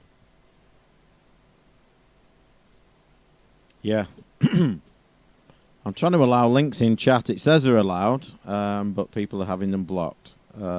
It sometimes blocks mine as well, even though I'm the moderator, so I don't know. While you're doing that, Sean Stevenson also sent in the NES emulator and Animal Crossing news article. Just to give him a shout for that as well. Yay! One from Sean here. A mini GameCube? Question mark? Maybe, but let's get an N64 out first, he says. And this is basically looking at Nintendo registering trademarks and keeping trademarks up to date. And if you look back at the NES Mini and the SNES Mini, they did this just before that, and they've done the same for the GameCube. So maybe they're protecting the property. Maybe there's a GameCube portable coming. Who knows? But there's some great games on the GameCube. There are. It's quite an underrated system, and you can pick them up dirt cheap. And I mean dirt cheap. I think Game were selling them over here for as low as $4.99 at one point, and I've picked them up in the past. I've still got one, and the games, most of them are pretty cheap. There are some that are hellishly expensive because they had short runs, but you can pick up some really good games on it. But there is some shit too. Great Star Wars games, Smash Brothers, the Metroid Prime series was good. Yeah, Rogue Squadron Leader 2 or something, whatever it's called. Yeah, I forget. It's got some weird long title, but it's the second one anyway. And what was the other one where you're flying around the planet Hoth? That was another good one. Decent Star Wars flight game. Star Wars, yeah. Yeah, I mean, as I say, it used to be a very good way of playing Game Boy games and Game Boy Advance games on a TV as well, and Game Boy Color. I found I needed to buy a PS2 controller adapter because the GameCube controller buttons weren't really conducive to, certainly not Game Boy Advance games where you've got more buttons than just the A and B. But yeah, really good way to do that, at least, until it makes more sense now, probably to just do a RetroPie or something. I never finished Eternal Darkness because my disc got scratched, and then lost my my little memory card. But I'd love to go back and finish Eternal Darkness at some point. Did you guys finish that one? No, it's been on my to-play list for a long time. And mine, I have got the game, I've just never done it yet. Yeah, same here. It sort of sat there with a bunch of things on the GameCube, like Metal Gear Solid Twin Snakes and the Paper Mario sequel and stuff like that I really need to get to someday. Tits. So one thing that I was kind of contemplating mentioning or maybe saving for Harbor Flashback, but I don't know when the hell I'm going to have time to build one, so I'll bring it up here in the news. There has been now for a couple months a pretty cool project out there called the Game Boy Zero. And there are companies that make replica Game Boy shells, so you can like reshell your Game Boy. And the basic idea is you take a first-gen Game Boy shell and you cut out the dead area in the screen and put in a larger lens that allows for a bigger screen. You put in a fairly large color screen, LCD, and that's linked to a Pi Zero. And the Pi Zero plus a PCB that has all the buttons and everything, and an amplifier and a power distribution block and a charger and a LiPo battery, all that kind of stuff. So basically, you're building a battery-powered RetroPie that fits inside of a Game Boy case. And, buying all the components, it should cost you $150 to knock one of these out, I don't know when the hell I'd have time to do it, but I want to do one at some point. But anyway, I just want to, if you guys haven't run into this project yet, just hit YouTube, hit Google, and search Game Boy Zero. And there's some neat creations out there using the Game Boy shell. So I'm a big fan. I still, I play the heck out of the Pi. I'm still trying to get together like the perfect load. I have been loading up ROMs and emulators on the SD card and all, and every now and then it'll do something funky like Nintendo or Sega Genesis will relist all the ROMs. So there's like 4 entries for every ROM. So it says there's like 1,800 games when there's only 400. So that's been a bit annoying once you get up into really high ROM counts. But I'm trying to build like the comprehensive fully fleshed out, max number of ROMs, max number of systems for RetroPie. So once I get an SD card like that finished for either the one I've got in the garage in the Amiga case or the one I've got down here in the studio in the Nintendo case, once I get that SD fleshed out to make it, sort of the perfect take all your games with you thing, then I'll probably build a Game Boy Zero. But if you hadn't heard of the Game Boy Zero, check it out. And then you should make that SD image available to your co-hosts. And I've got a project you should do before you do that, and it's the one in the animated GIF. This would be easier to achieve, I think, if you're looking at the live news feed. Headed back there. Is it still the water balloon cleavage one? Yeah. It's all right. Yeah. Spladoosh. Well, there's nothing wrong with that.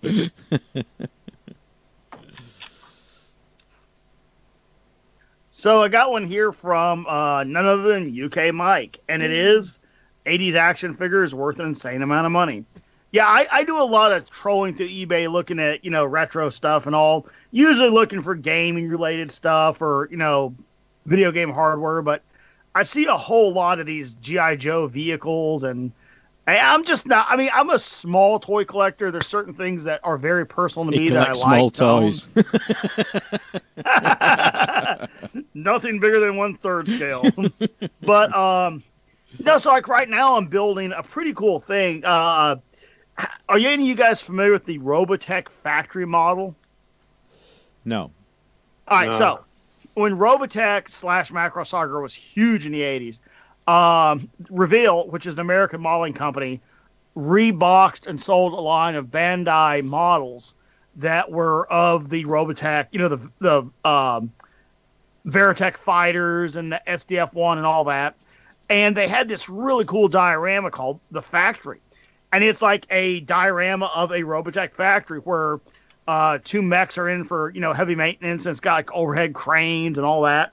So I recently finished up a 1800s hit and miss model engine that's now mounted on like a stained box that has the fuel and electronics and stuff underneath, and it's all finished and it looks great. So I'm starting in now on the next project, but the diorama it's absolutely beautiful. If you Google this thing, it's a huge model, and the box is like one of the biggest models ever. And it was always sitting up on top of all the other models way the hell up there because they had no other place to put it. And it was horrendously expensive at the time. For a while, these things were going for a lot of money, but the last two I picked up, I bought for like under $150 delivered. So I wanted to have at least, one, it's in a perfect box on the shelf. And then I wanted one to build as well. So finally one surfaced on eBay that had, a wrinkled kind of crushed box, but it was, all the stuff was there. So I'm building that now, and that's going to be fun to really trick out with a lot of detail, So I while I'm trolling for stuff like that, I see a lot of stuff like this. So first up, okay, Ninja Turtles, $500 to $5,000 for some of them. Of course, Transformers, the Megatron gun, which it's amazing. I'm sure you guys, in fact, after I finish going through Mike's article, let's do a sort of around the table poll here of what toy did you have as a kid that you either traded, lost track of, threw away, that is now worth a fortune? That should be an interesting discussion. So for me, Dave just passed out thinking about it. Thunk. Fuck me, that was $10,000. But the Megatron pistol was just beautiful. It looked like a real pistol. It had the barrel extension, the buttstock, the scope, all that kind of stuff. I had one of these. No idea whatever happened to it, Gem and the Holograms, which is sort of a Barbie clone band thing. Those are going 700 plus. The USS Flag, which is the aircraft carrier for G.I. Joe. And this was a huge playset. This would take up the center of any kid's room in the 80s. And it was a giant aircraft carrier for, various G.I. Joe stuff. the only one I've ever seen in person is over at Johnny's shop, Toy Shack in Las Vegas. That's the only one I've ever seen in person. And those suck. My neighbors had one growing up. The thing was like it took up their entire playroom. You could actually park planes on it. It was badass. Yeah. And at the time, it was like $100 toy. Okay, big toy, but it was never something I wanted. But yeah, $1,000 and up now. Michael Jackson dolls, $250. Various G.I. Joe action figures. One they quote here is Breaker is $250, but they've all got like a huge following. SISE from Star Wars droids for some reason goes for $1,000. Don't know why. This is some shit I believe. The She-Ra horse. Now all these chicks were into like the plastic horses back in the day, and there's a She-Ra with Swiftwind the horse that will go for $2,000. The $1 He-Man, $1,000 for that. The 78 edition of Darth Vader, $6,000 and up for an action figure. Now I like a lot of cool stuff, but I've spent a lot of money on a lot of things that most people wouldn't. But ain't no way I'm spending $6,000, the cost of a new pinball machine, on an action figure. Not going to happen. The G.I. Joe Battle Tank, this is a funny thing because they're saying it goes for $1,000. I've seen them for way less than that. But that's if you have the original figure and the accessories and stuff too. And I think a lot of those tank treads ripped off and broke because kids played with it, you know. Well, and the rubber hardens and falls apart. But still, if something's going for $1,000, for good example, it should be going for at least $200-300. I've seen these go for under $20, so I don't know. The Vinyl Cape Jawas. I am very certain that at one point in my life, I either owned or saw the Vinyl Cape Jawa. Oh, I could be conflating it with another action figure or something. I think the Ben Kenobi, and I think there was a Princess Leia that had a vinyl cape too. But I'm in agreement with you. I seem to remember seeing one of these at a friend's house, or maybe mine had one at some point. I mean, all the accessories are long gone for all my toys that are in my mom's basement, but. Yeah, I seem to remember seeing. Because Star Wars, the two things that I really enjoyed at the time was, the Star Wars and Battlestar Galactica miniatures. But I remember very clearly, I had the radio controlled R2-D2, the little R2-D2, the TIE Fighter with the X-Wing with the LED at the front, the Millennium Falcon. I had a lot of the Star Wars toys. I know for a fact, either it was mine or friends that had one of those Vinyl Cape figures. He-Man Battle Cat, $4,000. I remember seeing stacks of these things on the shelf. They can't be that rare. Elastic Batman, various Transformers, up to $40,000 for some of them. And the list goes on and on and on for about 40 more of these. I'm not going to read through every one of them. Stuff like an original Optimus Prime, $10,000, and so on. So I guess around the table, what toy did you have that you threw away that's now worth a fortune, and how much? I don't know about a fortune, but it's something I really wanted and is quite expensive to replace. I had a fuck ton of Scale Extric stuff. So I started one Christmas with a base set, couple of cars, figure of 8 track, and had a friend, might have been a friend of Neil's actually. He was getting rid of a load of stuff, and he gave me like 8 cars, just tons of track, and I could build some fantastic circuits with it, huge layouts in the that filled a room kind of thing. And when I moved out, bought my own place. Got all that sorted, went back and looked in the loft for all my old Scale Extric stuff, and it wasn't there. So I said to my dad, where's all the shit gone? And he said, oh, yeah, I gave it away to your cousin. I'm like, really? You realise how much shit there was there? And it was over $1,000's worth of stuff easily. It was just tons of stuff. And I really wanted that back, and I was most upset with him. for a lot of other things than that, as it turns out, but that was one. Now, one thing I would like to pick up at some point, I never owned a TCR, which was kind of Scalextric's little brother. Wasn't quite as good in my opinion, but it did some cool things. You know, you could switch lanes at the flick of a button, and they had, you know, you could get trucks and different things. And it was an enclosed track rather than using grooves. But I always wanted a TCR, never got one. The adverts we got on TV were great for it. So maybe I'll pick one of those up in the future. But I don't think I had anything that's mega expensive. You know, a few Action Men, the $6 million man version, you know, with the add-in bionic bits in his, you know, the little pop-out plates in his arm and his leg.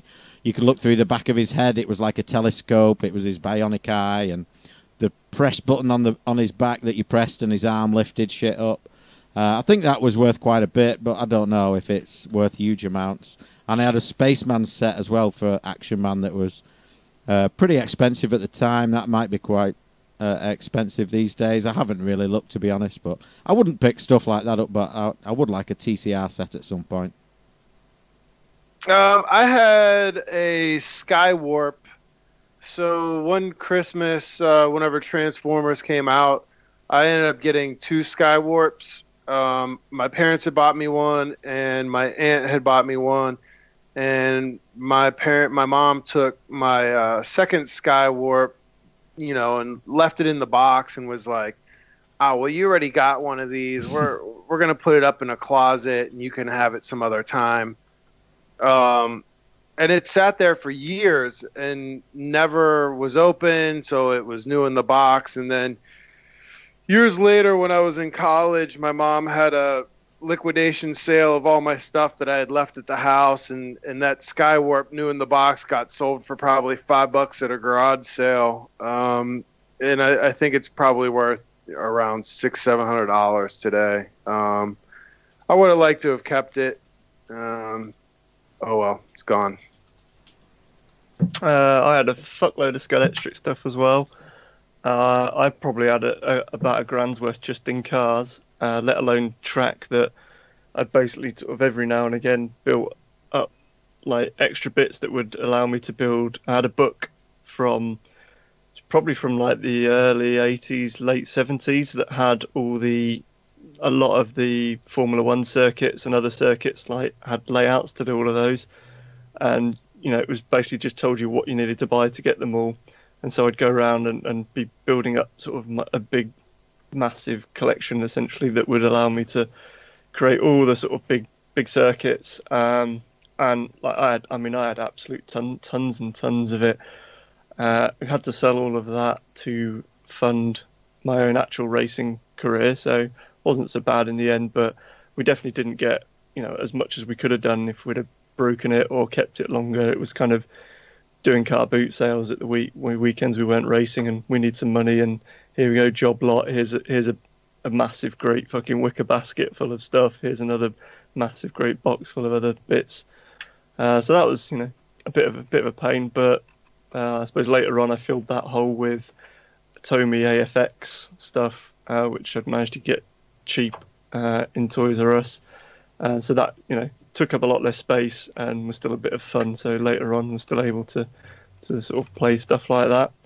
And I think probably the most expensive thing that I did have, that I pretty much gave away all of my Warhammer stuff effectively. It was just kind of, you know, I'd not had grown out of having time to play on it. Wasn't really too bothered. So it just kind of at the time it was like, yeah, we'll sell it to some guy at my dad's work who, you know, his kids wanted some. Not worried too much about the sort of pricing of it, you know, just sort of took, you know, whatever was a fair, what they wanted to offer as a fair offer at the time. But now, so one of my favourite things quite late on in when I was playing it all was Warhammer Quest, which is a kind of, as you sort of build up a randomised dungeon as you're sort of adventuring through. So it's kind of like a D&D campaign, but instead of a dungeon master having made a map, you don't need a dungeon master, because it's all based on, the enemies are based on sort of what cards you're drawing, and then, you know, the next map room or corridor or whatever is based on what, you know, another card deck that you turn over. You build up as you go along. The normal set for that is probably, I don't know, it's probably about 100 and, depending on conditions, 100 to 150 quid now, I think.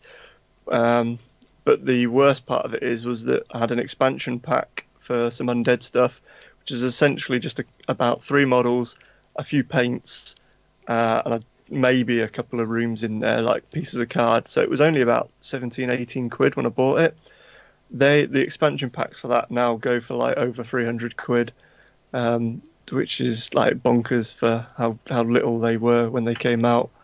So that's, and I think the same's true of a lot of the sort of board games that go out of print like that. That's definitely something that I kind of kicked myself when I realised how much I would have been able to sell that for. I had Mystic, the Thai Beanie Baby unicorn. And then my sister ripped the tag off of it, so the value dipped considerably. I don't know if they're still worth anything, but I think at the time it was worth a couple $100. I think those Beanie Babies are probably worthless now, but at the time, that was a fad that had its moment where there was some dumb money getting exchanged. I think they've peaked. Well,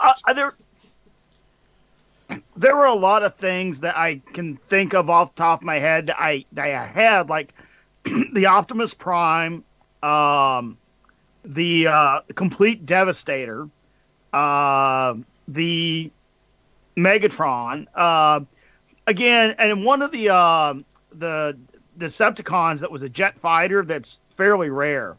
But I had a couple of those, and yeah, if you add up the best case price and scenario of 10 grand for the Megatron, 10 grand for the Optimus, and 8 for the Devastator, whatever. Yeah, it's like, I guess $25,000 in toys I lost, but who knew? But I don't think anybody really kept those in the box. So many of those toys, and I think the reason why they're so collectible is because you couldn't fucking wait to rip it open. Oh God, yeah. So I mean, you tore open the box. Maybe the box got flattened out and hung on the wall or something for a bit. It was gone. But I mean, I didn't keep any of those boxes. I mean, all that shit went out on Christmas morning with the rest of the trash. That's all there was to it. So yeah, absolutely. I didn't ever keep any of that stuff. And yeah, I mean, for this toys to be bought and not given, it would have had to be like, somebody bought it. Yeah, I was going to mail it to my nephew, but I didn't. It's in the closet. I'll mail. Oh, they're probably not cool anymore. Just dumb luck of something that got, left behind. But of the things that I did own that I actually would give it, I wouldn't spend 10 grand to buy Optimus Prime. I have no interest in that. Not going to happen. But of the things that I did have that, there's a lot of things I didn't have that I wanted, like the Hero Robots, the Androbot. So I've bought all those over the years. The RB5X robot, the one with the smoke plexi dome and the arm. I always wanted one of those. Didn't get it at the time. I have it now. But there's a particular robot, the Omnibot 2000. And I had this thing, and it came with like a serving tray, and it would actually drive around and hand you a drink, and it would bring you a Coke from it had the little dispenser fridge that would kick out the soda. I never got the fridge, but I had the attachment for that, and I had the tray. And the soda. And those go for pretty good money nowadays, and that's just one 80s robot. The problem is, every time I see them on eBay, I'm looking for one that's a good candidate for restoration, and they're usually pretty darn damaged, or every now and then, one will show up sealed in a box. I don't want to pay another $1,000 just because it's sealed in a box. I'm actually going to have the thing out and use it. So I'm pretty much waiting for a good one in good condition that has all the major parts. Just, I don't give a crap about, the perfect condition box. So I'm kind of waiting for that perfect one to show up on eBay. SG in chat had a couple. One to show up on eBay as well. SG had a couple in chat. Captain Scarlet doll. I think any of the Jerry Anderson stuff is pretty collectible and valuable these days. And his full-size Crazy Taxi Cab. You can probably pick one of those up. What are you going to pay for it? Yeah, probably not so much, maybe, because of the size of them and awkwardness. I don't know, actually. They're not that big, are they? But I never found, the stand-up drivers play that well. especially Crazy Taxi, where you've got a lot of faffing about with the brake and the the gears bra- and the yeah. throttle. It's really hard to do standing up. We did There's that. very What- few stand-ups that are really good. I'll say this: Power Drift and Outrun do work well as stand-ups, but most others, yeah, they really need to be sit down. I can't remember which one it was at Revival. There was a stand-up driver there, and I just couldn't play it. My ankle started hurting. You couldn't coordinate your feet properly without falling over. It just didn't really work well as a stand-up. It works better on games where I think Where you don't Random need the nailed brake. it. Where if you're futzing around with the brake gas, this, that, and the other, yeah. But if something like Outrun, you stomp it and you leave it stomped until you finish the game. So basically, you're just steering and shifting. Power Drift, pretty much same thing. You stomp it, and then I think that was the most clever aspect of the high-low gear, is that it lets you just stomp on the game and drive it by the stick, so you didn't have to do a bunch of pedal dancing. So, got one here from Peter Gibbs, and he says, "Random, check your Skype," and he also says, What? "Check your Skype, Random." And Random skept his chipe. Skept his chipe. Skep your chipe, motherfucker. Peter Gibbs says here, another arcade book has popped up on Kickstarter. Pardon the pun. And it's a book about Sega. And when you open the page, it gives you information on, for example, a game like Hang On. Whilst a fairly competently looking 3D model pops up to show you what the cabinet looks like. Another one, for example, Space Harrier, it pops up with a sit-down cabinet. So that's kind of interesting. I don't know that I would have a lot of need for that, but I'm sure somebody would. This is incredible. I think these pop-ups are badass, man. Yeah, that Hang On one's pretty good. Yeah, so it looks like the book will have 5 different pop-ups. It'll have Hang On, Space Harrier, Outrun, Thunderblade, and Afterburner. It looks really good. I've got a few of the read-only memory books, and they're really fucking well put together books. Really nice. It's going to be super good, like cardstock pages, basically, and things like that. But the problem for all of us when they sort of announced it, a couple of like all our mates that were into Sega stuff, was just like 4 pop-ups for 35 quid. It's a lot of money. For compared to like usually their books are 35 quid, and you've got a lot of content in there. So from a value proposition, it's kind of yeah. I don't know, $35. So it's like, or 35 quid. So it's about $50. So you're paying about $10 per layout with a pop-up. I mean, I don't know the last time you bought kids pop-up books, but they're kind of expensive. I mean, for a small, hobby, I don't imagine these things selling millions of copies on Amazon or something. So I don't really have a problem with the price. I mean, the design and layout looks very pleasing. I think it's priced about right, to be honest. How much was it? It's about $50 or 35 quid. Yeah, I personally, I'm not saying it's a shit product. It's kind of cool. If somebody gave me one, I would probably put it on the shelf, but I couldn't see myself, even if it was like $5 on the like impulse buy, I think I'd be like, yeah, but what am I going to do with it? It's just, for me, it's not a thing. Cool to have in your coffee table. They're at a little over 50,000. They need about 52,500 to meet their goal, essentially. So they got 17 days left as a recording. So I have a feeling they're going to hit it. And listeners listening to this, shortly after the show comes out, you should have an opportunity to back this if you'd like to on Kickstarter. Yeah, and don't get me wrong. I mean, I'm not wishing anybody's project, failure. I mean, it's cool that they're getting out there and serving a gamer community need, no doubt. But I'd be lying if I said, yeah, I can't wait to get one. What the fuck am I going to do with it, Got one here, Mike James. And it is licenses that developers shouldn't have bothered with. Yeah. The all-female remake of Ghostbusters, yep. Superman 64, pretty bad. Simpsons Wrestling, yep. Rambo, the video game. Yeah. Legend of Korra, not familiar with it. Terminator Salvation, they can fuck right off. That is one hell of a game. It is quite literally the top-selling gun game in freaking history. It's the game that has remained in production and sold more games than anything in the modern world. They have not seen video game sales numbers like that since the golden era of the arcade. It is still in almost every major movie theater and a location. So, yeah, they are wrong on that.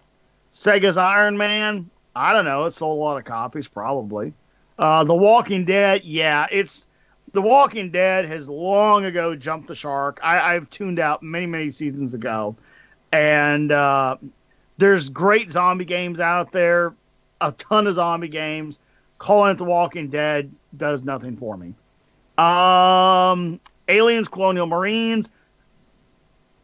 No, I mean, it's cool franchise.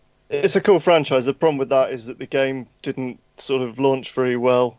It's quite notorious for all the AI being broken, and it's come back up in the news these last few weeks when they found the typo in an INI file, and it was one little typo that seems to debate. Well, some people are saying it hasn't made an impact particularly, but a lot of people are saying it sort of fixes most of the AI problems.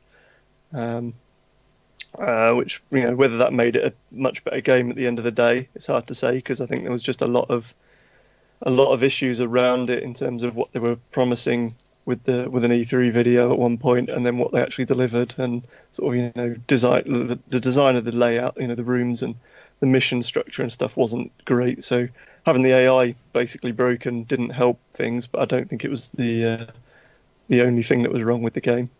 No, but in terms of like the Aliens franchise, I mean, Alien Isolation, which was the next one to come out, is like a pretty fantastic game. That's the new Aliens arcade game is tremendous. The next one, Ninja Turtles: Mutants in Manhattan. Yeah, so that was a blink of the eye. It's like, and we're done. What? Well, where's the content? Nothing. So I'm guilty. I rented the game. I didn't think it was too bad. But I did buy one because the license got pulled on that game. For some reason, they yanked the license from Platinum or from Activision or whatever it is. So they pulled the game from store shelves, and they pulled it from digital downloads. And when I read the story, I was like, maybe I should grab one of these just to hang on to in case the game wasn't too terrible. So I have a sealed one. I think I paid $15 for it. I don't know if it's worth anything, but I grabbed it. Yeah, and we got Fight Club, which was just a name slapped on a run-of-the-mill fighter that no one cared about. Thor: God of Thunder, never played it. Spider-Man 2, never played it. But generally, Spider-Man games are stupid. Kinect Star Wars, yes. When the Kinect came out, I just walked around E3 and watching nothing but dance games.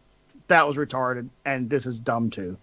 And the last one here, not really, So, not a great collection of games there, but some of them were pretty darn good. One here from Peter Gibbs, who says there's been another incident. Remember that you did ask for more stories for the slow news months? This is a woman dropping a turd in the supermarket aisle, which is apparently becoming an increasing problem. People just taking a dump in public. I know that San Francisco has a big problem with it. Oh, it's literally shit slathered. It's like a layer of frosting over the city. Yeah, they spend tens, if not hundreds of thousands a year cleaning up the streets where people have just taken a shit. No, they don't. They just leave it. Seriously. You know what's funny is that the newly elected mayor of San Francisco, and this is why San Francisco and LA are just going to collapse under their own weight of idiocy. The new mayor came out, and it was like people were grilling, like, what are you going to do? That we have a map to walk around the mountains of human shit. What are you going to do about this? And instead of like, well, we're going to stop giving insane amounts of money to the homeless because that encourages them to come here. And then we have these huge homeless concentrations. And then we tie the hands of our police. We're going to stop tying the hands of our police. And we're going to actually clean up this town. No. She goes, we're going to have our outreach agencies speak to their clients and educate them on alternatives. So nothing's going to get better. It's only going to get worse. Yeah, there is literally a San Francisco shit map. Just Google San Francisco shit map, and you'll be taken to a link on dailycaller.com, and it's a map with human shit on it. It tells you where it is and how to try and avoid it. It's that bad. Kind of funny. Yeah. So this is also kind of funny. It appeared on the UK Pinball Group, and it's a GoFundMe campaign. We spoke a couple of months ago now, maybe 3 months ago, about Andrew Highway, the owner of Highway Pinball, who closed down, and there was a lot of bickering back and to. People had pre-ordered pinballs, not got them.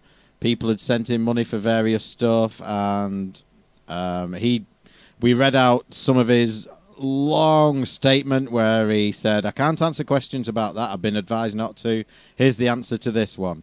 And now he's doing a GoFundMe to repair a hydrofoil, which, for those who don't know, is a fucking big boat on, on legs. As it gets up to speed, the legs come out and it skips across the water. He wants $500,000 to repair this. The campaign started 5 days ago, according to this link, and it doesn't say that it's got any money. The comment. Well, there's a green dot at the left-hand side. Yeah, that's it. And the comments on UK Pinball were, not a hope in hell. I don't think anyone's going to give this guy money. I don't even know if he owns the hydrofoil. It's one of those things where you say, help me restore a hydrofoil, right? And either irrationally, tons of people give tons of money and it makes no sense, or it's rightfully ignored. And in this case, I think it's rightfully ignored. I think so. Yeah, we got a Craigslist one there that we can wrap up with. What else have we got? That we haven't done. Random sent one in there, because I bet no one would have done this while it was illegal. While it was illegal? Yeah, which is so they ruled that people who put 3D plans for 3D printing a handgun.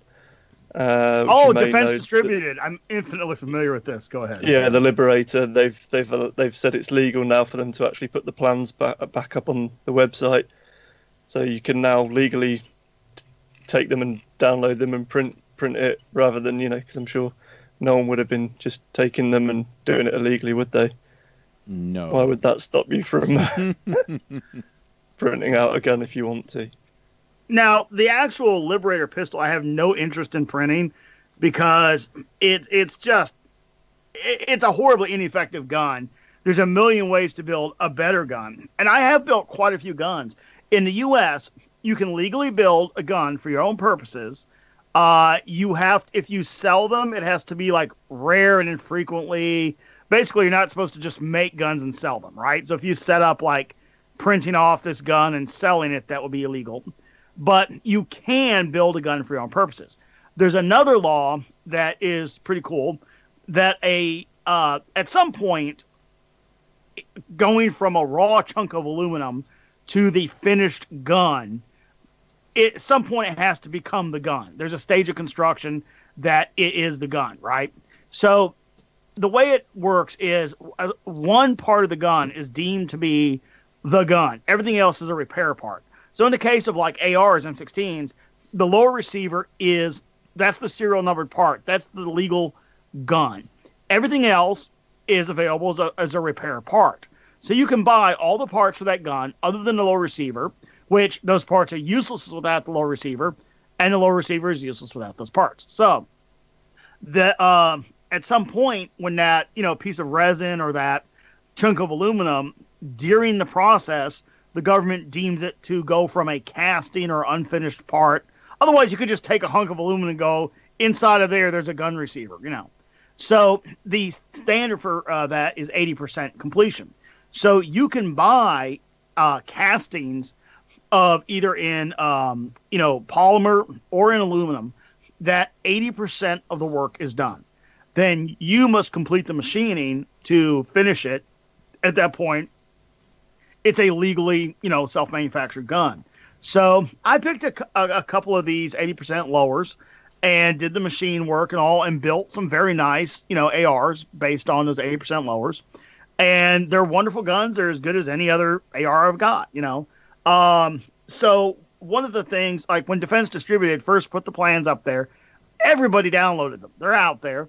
And then it was laughable. The Obama administration comes along and says, oh, no, it violates export laws. It's illegal. And, of course, once it went through the court systems, no, it's not illegal. And now, yes, again, you can, download these unavailable models. But, yeah, I did print a nylon, out of Tallman nylon, AR receiver. I printed one out of ABS, too, that I fired a couple rounds and then just put it up on the shelf because it looks cool. ABS just really isn't strong enough for that task. There's no risk of anything happening because all the pressures are in the chamber, which is all metal. But worst case that could happen is the pins could break and it would fall apart and look stupid. But the nylon one is perfectly usable and perfectly strong. But if you lived in a country where like say, I don't know, Europe, UK, where there was an ongoing invasion. And the government ensured that you can obtain weapons, yet the bad guys don't seem to have any trouble getting them. And your own government is ensuring unfettered access. And you're worried about the time that these people may not be so nice about taking what they're taking. Yes, this is a fantastic way to safely get some hardware for you and your family. Can you buy ammunition over there and just not the gun? You're allowed certain type of guns, but it's nothing stuff. you want to own. You can buy shotguns, but you've got to be a farmer or a professional, gamekeeper or something. Yeah, or a game hunter and things like that. There's quite a few shops just down the road from me that sell stuff, hunting and fishing supplies. Yeah, there's a guns and ammo shop in the town I live in, but it's just basically air rifle stuff and nothing too big that you'd really want to own, I guess. Certainly, yeah, it is kind of funny because I've seen a lot of the UK guys that come into the forums, gun forums and all, and they're like, yes, I picked up my new pistol today, and it's like a BB gun. It's like, oh, dude, I'm so sorry. Yeah. Oh, how cute.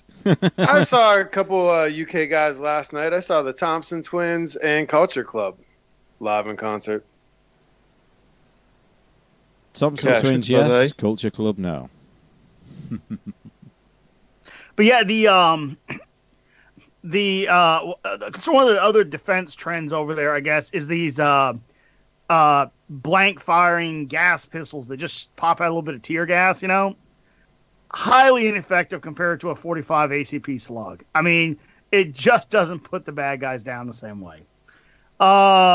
So got one here that I submitted. Yet another pinball company, which, I mean, this is good, okay? You've got, 15 years ago, we were down to one pinball company that it wasn't certain was going to survive. And now we've got several major manufacturers and a couple of smaller ones like the Spooky Pinball guys. And now out of the UK, out of Cardiff, there's a new company, and it's 3 folks that have day jobs that pooled some resources, rented a warehouse, and they're making pinballs. So they call themselves Team Pin, and the first game is called Mafia, and it's got about a 10-inch laptop monitor in the back. And the way it's built, this is fascinating. And I think that there has just been a total a swing and a miss on something out there in pinball that could be huge. And I don't want to beat up on these guys. I like what they did here, but I think they're going to be a limited success compared to a long-term, very successful success So if they're listening, here's my view as a multiple pinball owner and collector and enthusiast. There is a place for boutique pinballs out there. You look at, Rob Zombie's pinball. You look at like this Team Pin Mafia. And yeah, you're going to be able to make and sell $7,000-$8,000 pinball machines. And there are pinball collectors out there that will buy it just because it's made. And they can say, yeah, they only made 50 of these Team Pin Mafias, and I've got number 38. And yeah, you're going to sell 50 every time. I mean, pretty much. If you can put together something where the ball rolls around the play field and it's got graphics on the box, you're going to be able to sell it. That's just how it is. I get it. But yeah, how many are you going to sell? It's going to be a short-lived thing. Maybe you get a couple of titles out there, but yeah, that's it, right? So Team Pin has come along. They got sort of the same thing, but the way they laid out their architecture, their machine is absolutely brilliant. What they did is they used a Raspberry Pi 3, and the HDMI comes out of that, goes into that LCD monitor. So you've got the Pi is creating the video for the game. The GPIO board, the GPIO pin header, which is just general purpose input output, has a jumper cable that goes across to a high current driver board. And they made it with all through the hole components, off the shelf components. So it's simple, it's repairable, and it is really neat. And then there's a power supply. So all you really need is, and they wrote their own software. So you've got everything you need there to build custom pins. You've got the software. It runs on an easily sourced controller, the Pi. That board, if they made one, they can make 100. And the more they make, the cheaper the board gets. So let's say that they put together a package, okay, for $500. It's got their software, the driver board, a power supply, and a Pi 3 in a box, right? And documentation. You then order this kit, and you go out and buy whatever pinball you want. You get new artwork, printed up at your local vinyl shop. You go through, you redesign the play field, you build a new play field, whatever you want to do. And then it gets real simple. You just tell it, okay, this here is the switch for the left sling. This is the switch for the right sling. This is the, solenoid. And you just buy off the shelf flipper assemblies and all that and build whatever the hell you want. And then you just go in with a simple program and tell it, rule sets, all that. I say simple. I realize there's more to it than that, but it could be done quite easily. So I think their system here, I mean, there's going to be some collectors in the UK and some in America and a few in, Brussels that will shell out $8,000 to buy Mafia.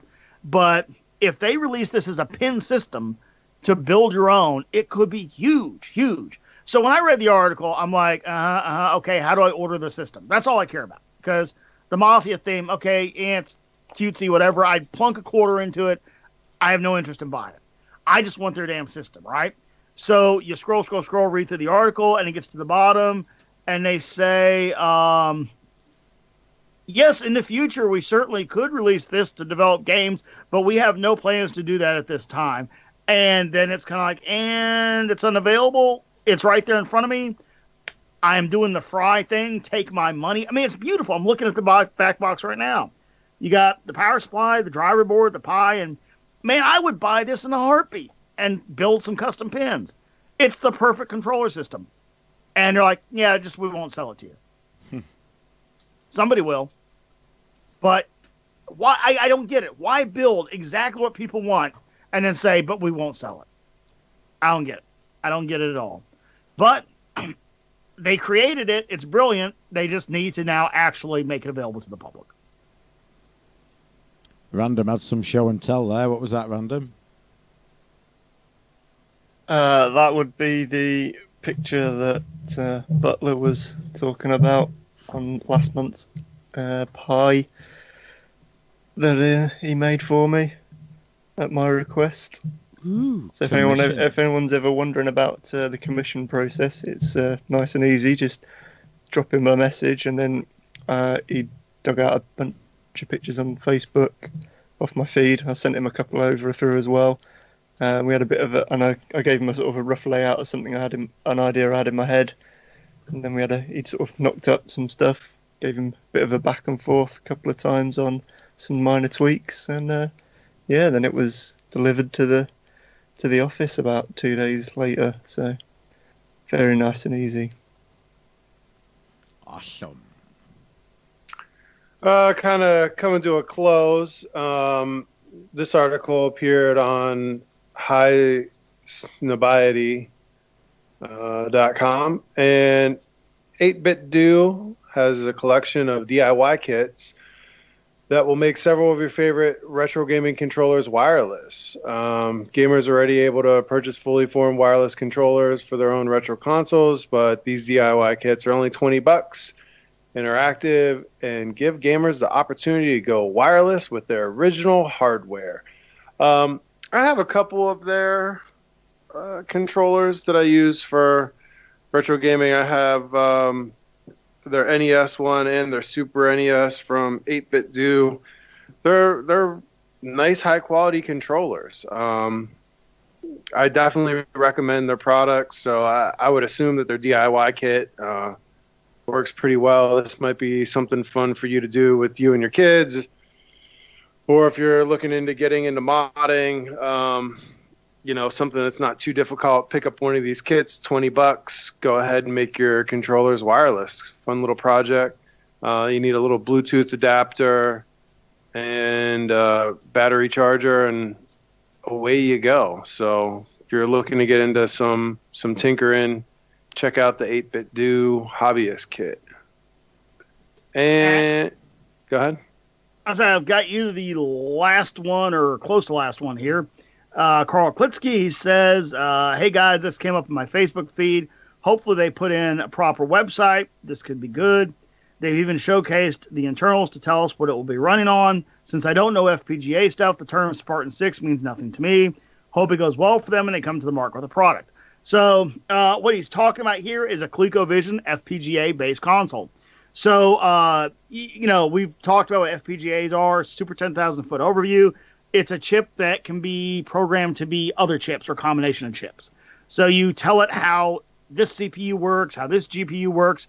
So you take some modern, 2018 thing with 40,000 configurable logic blocks, and it can pretty easily emulate all the hardware, say, on a Commodore 64, and do a cycle-for-cycle accurate reproduction of the hardware. So it's, reconfigures the logical units to perform functions of the original hardware. So the Spartan 6 is a quite powerful FPGA. It's a real good one. Certainly has the horsepower necessary to emulate a ColecoVision. So the beauty is, it needs a little bit of power conditioning hardware, a little bit of I/O hardware, and that's about it. Everything else is done on one chip. And you get the ability, you plug in the cartridge, it reads the cartridge, it plays the games, and it's pretty much one-to-one exact execution as the original hardware. So, there's a Facebook link here. You can follow that in our show notes and take a look.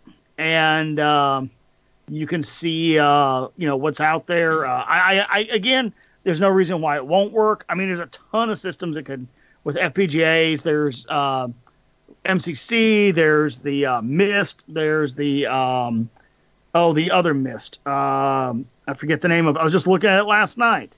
It snaps onto a Pi and gives you the FPGA and the video out and all that. Great stuff. There's a lot of ways to use FPGAs for emulation. But was particularly funny. And there's no reason why this thing won't work. They got to make a board, pop on FPGA. The hard work is that core, the actual hardware descriptors that cause the FPGA to reconfigure itself as that hardware. But what's kind of funny is I was curious. I said, well, what are Spartans going for now? Because the price on these things drops as newer versions come out, So it's just going to get cheaper and cheaper to do these FPGA-based machines. So I was looking at the pricing tier, and it reminded me of something when we were doing that interview with the RVGS team. And I said, so what are you going with? I named off a couple of FPGAs. And they're like, well, we're not really ready to reveal our vendor relationships and sources yet. That was the moment I knew they had nothing. Because here is like, they were talking about making, a few thousand of these things. You literally have, here's the available quantity. 0 to 88 available immediately. 1,300 available immediately. 1,200, 15,000. So literally, in this case, DigiKey has probably a tray, a pallet of 15,000 of these things in trays that literally ships when you click buy it now. The discounts for buying 1,200 are certainly larger than buying one. The discounts for buying 15,000 are larger, but that's why I said, you don't have relationships at that quantity. If you call DigiKey and say, I'd like to form a relationship with you and negotiate purchasing 2,000 of your Xilinx Spartan 6s for use in my Coleco Chameleon. They say, sir, our discounts are on our website. That's the volume these companies deal in, is in thousands to tens of thousands. But I thought that was particularly funny. But yeah, readily available, cheap, no problem. Welcome to the Retro VGS Lab. Ooh. There's an animated GIF there of Scott on his daily commute. Damn it. And my final story for the month, we know where Scott will be in August.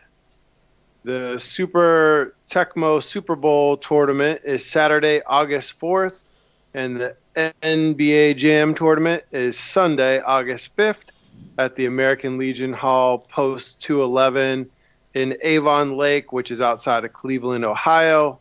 Tecmo Jam Cleveland will offer up to 84 competitive spots. You can earn a gold, silver, or bronze bracket. Sorry, Sparklepuss. I just fucking got it. I was sitting there, it just shows like the back of somebody's van and everything. All of a sudden, you see this plane go right through the intersection. I stared at that for I'm like, what the fuck is he on about? And then, go ahead, Sparkle. The grand prize winner will receive up to $500, and all of the competitors will receive a complimentary custom T-shirt to commemorate the occasion. So, still cool. I mean, I know some of my co-hosts not big into the Super Tecmo Bowl or NBA Jam, but good to see that there's still tournaments out there. Something for you to do, get your gaming hobby on, play competitively out there. I think the shirt looks pretty cool. I'd wear the shirt if I went up there. I'm not going to be up in Cleveland at the beginning of August, but if you're in the area looking for something to do that weekend, check these guys out at the Tecmo Jam Cleveland. Yeah, it's weird that there's still competitions for stuff like this, but I guess some people love those games. So, kind of wrap it up then. We've got one from They Call Me Bruce, but my friends call me Kip. Anyone need 100 slightly used dicks? This is a Craigslist ad. And by the magic of the internet, I can show it in the live feed there so you can see the picture. Looking for someone in need of a large J.Crew duffel bag full of 100 like-new adult toys used as props in a political statement on Wall Street's Charging Bull sculpture. Free. There are 5 different varieties: blue, black, purple, flesh-coloured and multicoloured. Each style is a different size and shape. The toys were donated by a reputable manufacturer out of Berlin, Germany, and are of the highest quality. In addition, each toy has a suction cup that attaches easily to flat surfaces like the storefront window of a cake shop, the glass office tower of a multinational corporation, or even large works of art such as brass animals. So, if you do have a need for 100 used dicks, then Craigslist is the place for you. Which kind of wraps up live news for another month, the month of July, the hot month of July. So hot that we are getting a hosepipe ban starting on the 5th of August. A what? A hosepipe ban, so we have to reserve water. No using the hosepipe in the garden. You've run out of water. We We seem to be all right at the moment over this side. Yeah, Although the reservoirs are looking pretty low. they are pretty low, yeah. And we've had some pretty big moorland fires as well. We've got Saddleworth Moor. Oh, yeah, I heard about those. Yeah, Saddleworth Moor sits kind of in between me and Random. And there's one on Rivington Pike as well, which is a hill I can see if I look out the window. So it's mainly peat underground, so you get these underground fires where the peat will literally burn underground, and then randomly you'll get a spurt of flame, makes it to the surface, and all the grass is blackened, so they've got pretty much every firefighter in the region up there damping down. And I know a few firefighters who are up there working on it. They've been given one helicopter, and they all say it's a waste of time. You need at least 4 choppers, go into reservoirs or whatever, picking up water and dumping it on these things. And the one on Saddleworth now, I believe, has been put out, but the one on Rivington is still burning. We've just not had enough rain. Literally, you just need rain to soak the ground, seep down into the water table, and put them out. And it's amazing. How does it catch on fire? It's the rainiest place on Earth, and it's on fire. Yeah, it's mental. But we haven't had proper rain for 6-7 weeks, maybe a couple of months in some places. It really is unusual for not to rain for so long. So it catches fire. People will go up on the moorlands because it's good scenery up there, and they'll take like a portable barbecue, and that'll catch the grass on fire, and then it burns down into the peat bog. And also people throw glass bottles out of the car window as they're driving along, and the sun will shine through the glass bottle. It'll magnify it onto a spot, and you'll get a flash fire there. So it starts a few different ways. And it's Cigarettes a fucker to out the put out. window. Cigarettes out the window, of course, yeah. And it's a fucker to put out because I literally had the an ground arson for is shits on and fire. giggles. Yeah, literally I had the a ground friend is growing on fire. up. Her family had just built like their dream house. The dad got a partnership in a law office.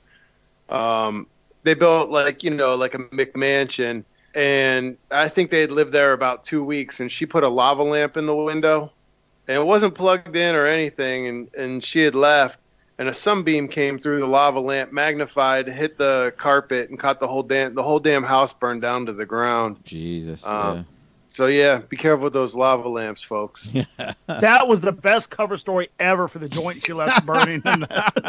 Yeah. So the sun refracted to the lava lamp at a 30-degree angle, igniting the Kleenex on the counter, and in a Rube Goldberg moment of ignition, the conflagration of the household began, burning up my marijuana reserves. There's a great... on that note... There's a great picture out there. You may have seen it. There's probably a few. And it's how to spot who the weed grower is. And it's like, when it snowed, every house in like a row of terraced houses will have snow on the roof, except for one where they've got heat lamps in the loft. Yeah. Well, on that note, unfortunately, I have to bounce. I'm at my hard out point for work. So. Okay. Yeah. Well, we are done. Thanks, everyone, for stopping by. Apologies for the late start, but it was YouTube's fault, not mine. So we will see you next month for more news. Keep sending in those news stories, whatever they may be, even the ones you think someone sent already. And we'll speak to you next month. Tatty bye, everybody. But don't send them twice yourself. That's just... No, that would be stupid. Oh, stupid. All right, later. Do it. Cheerio. Bye, everybody.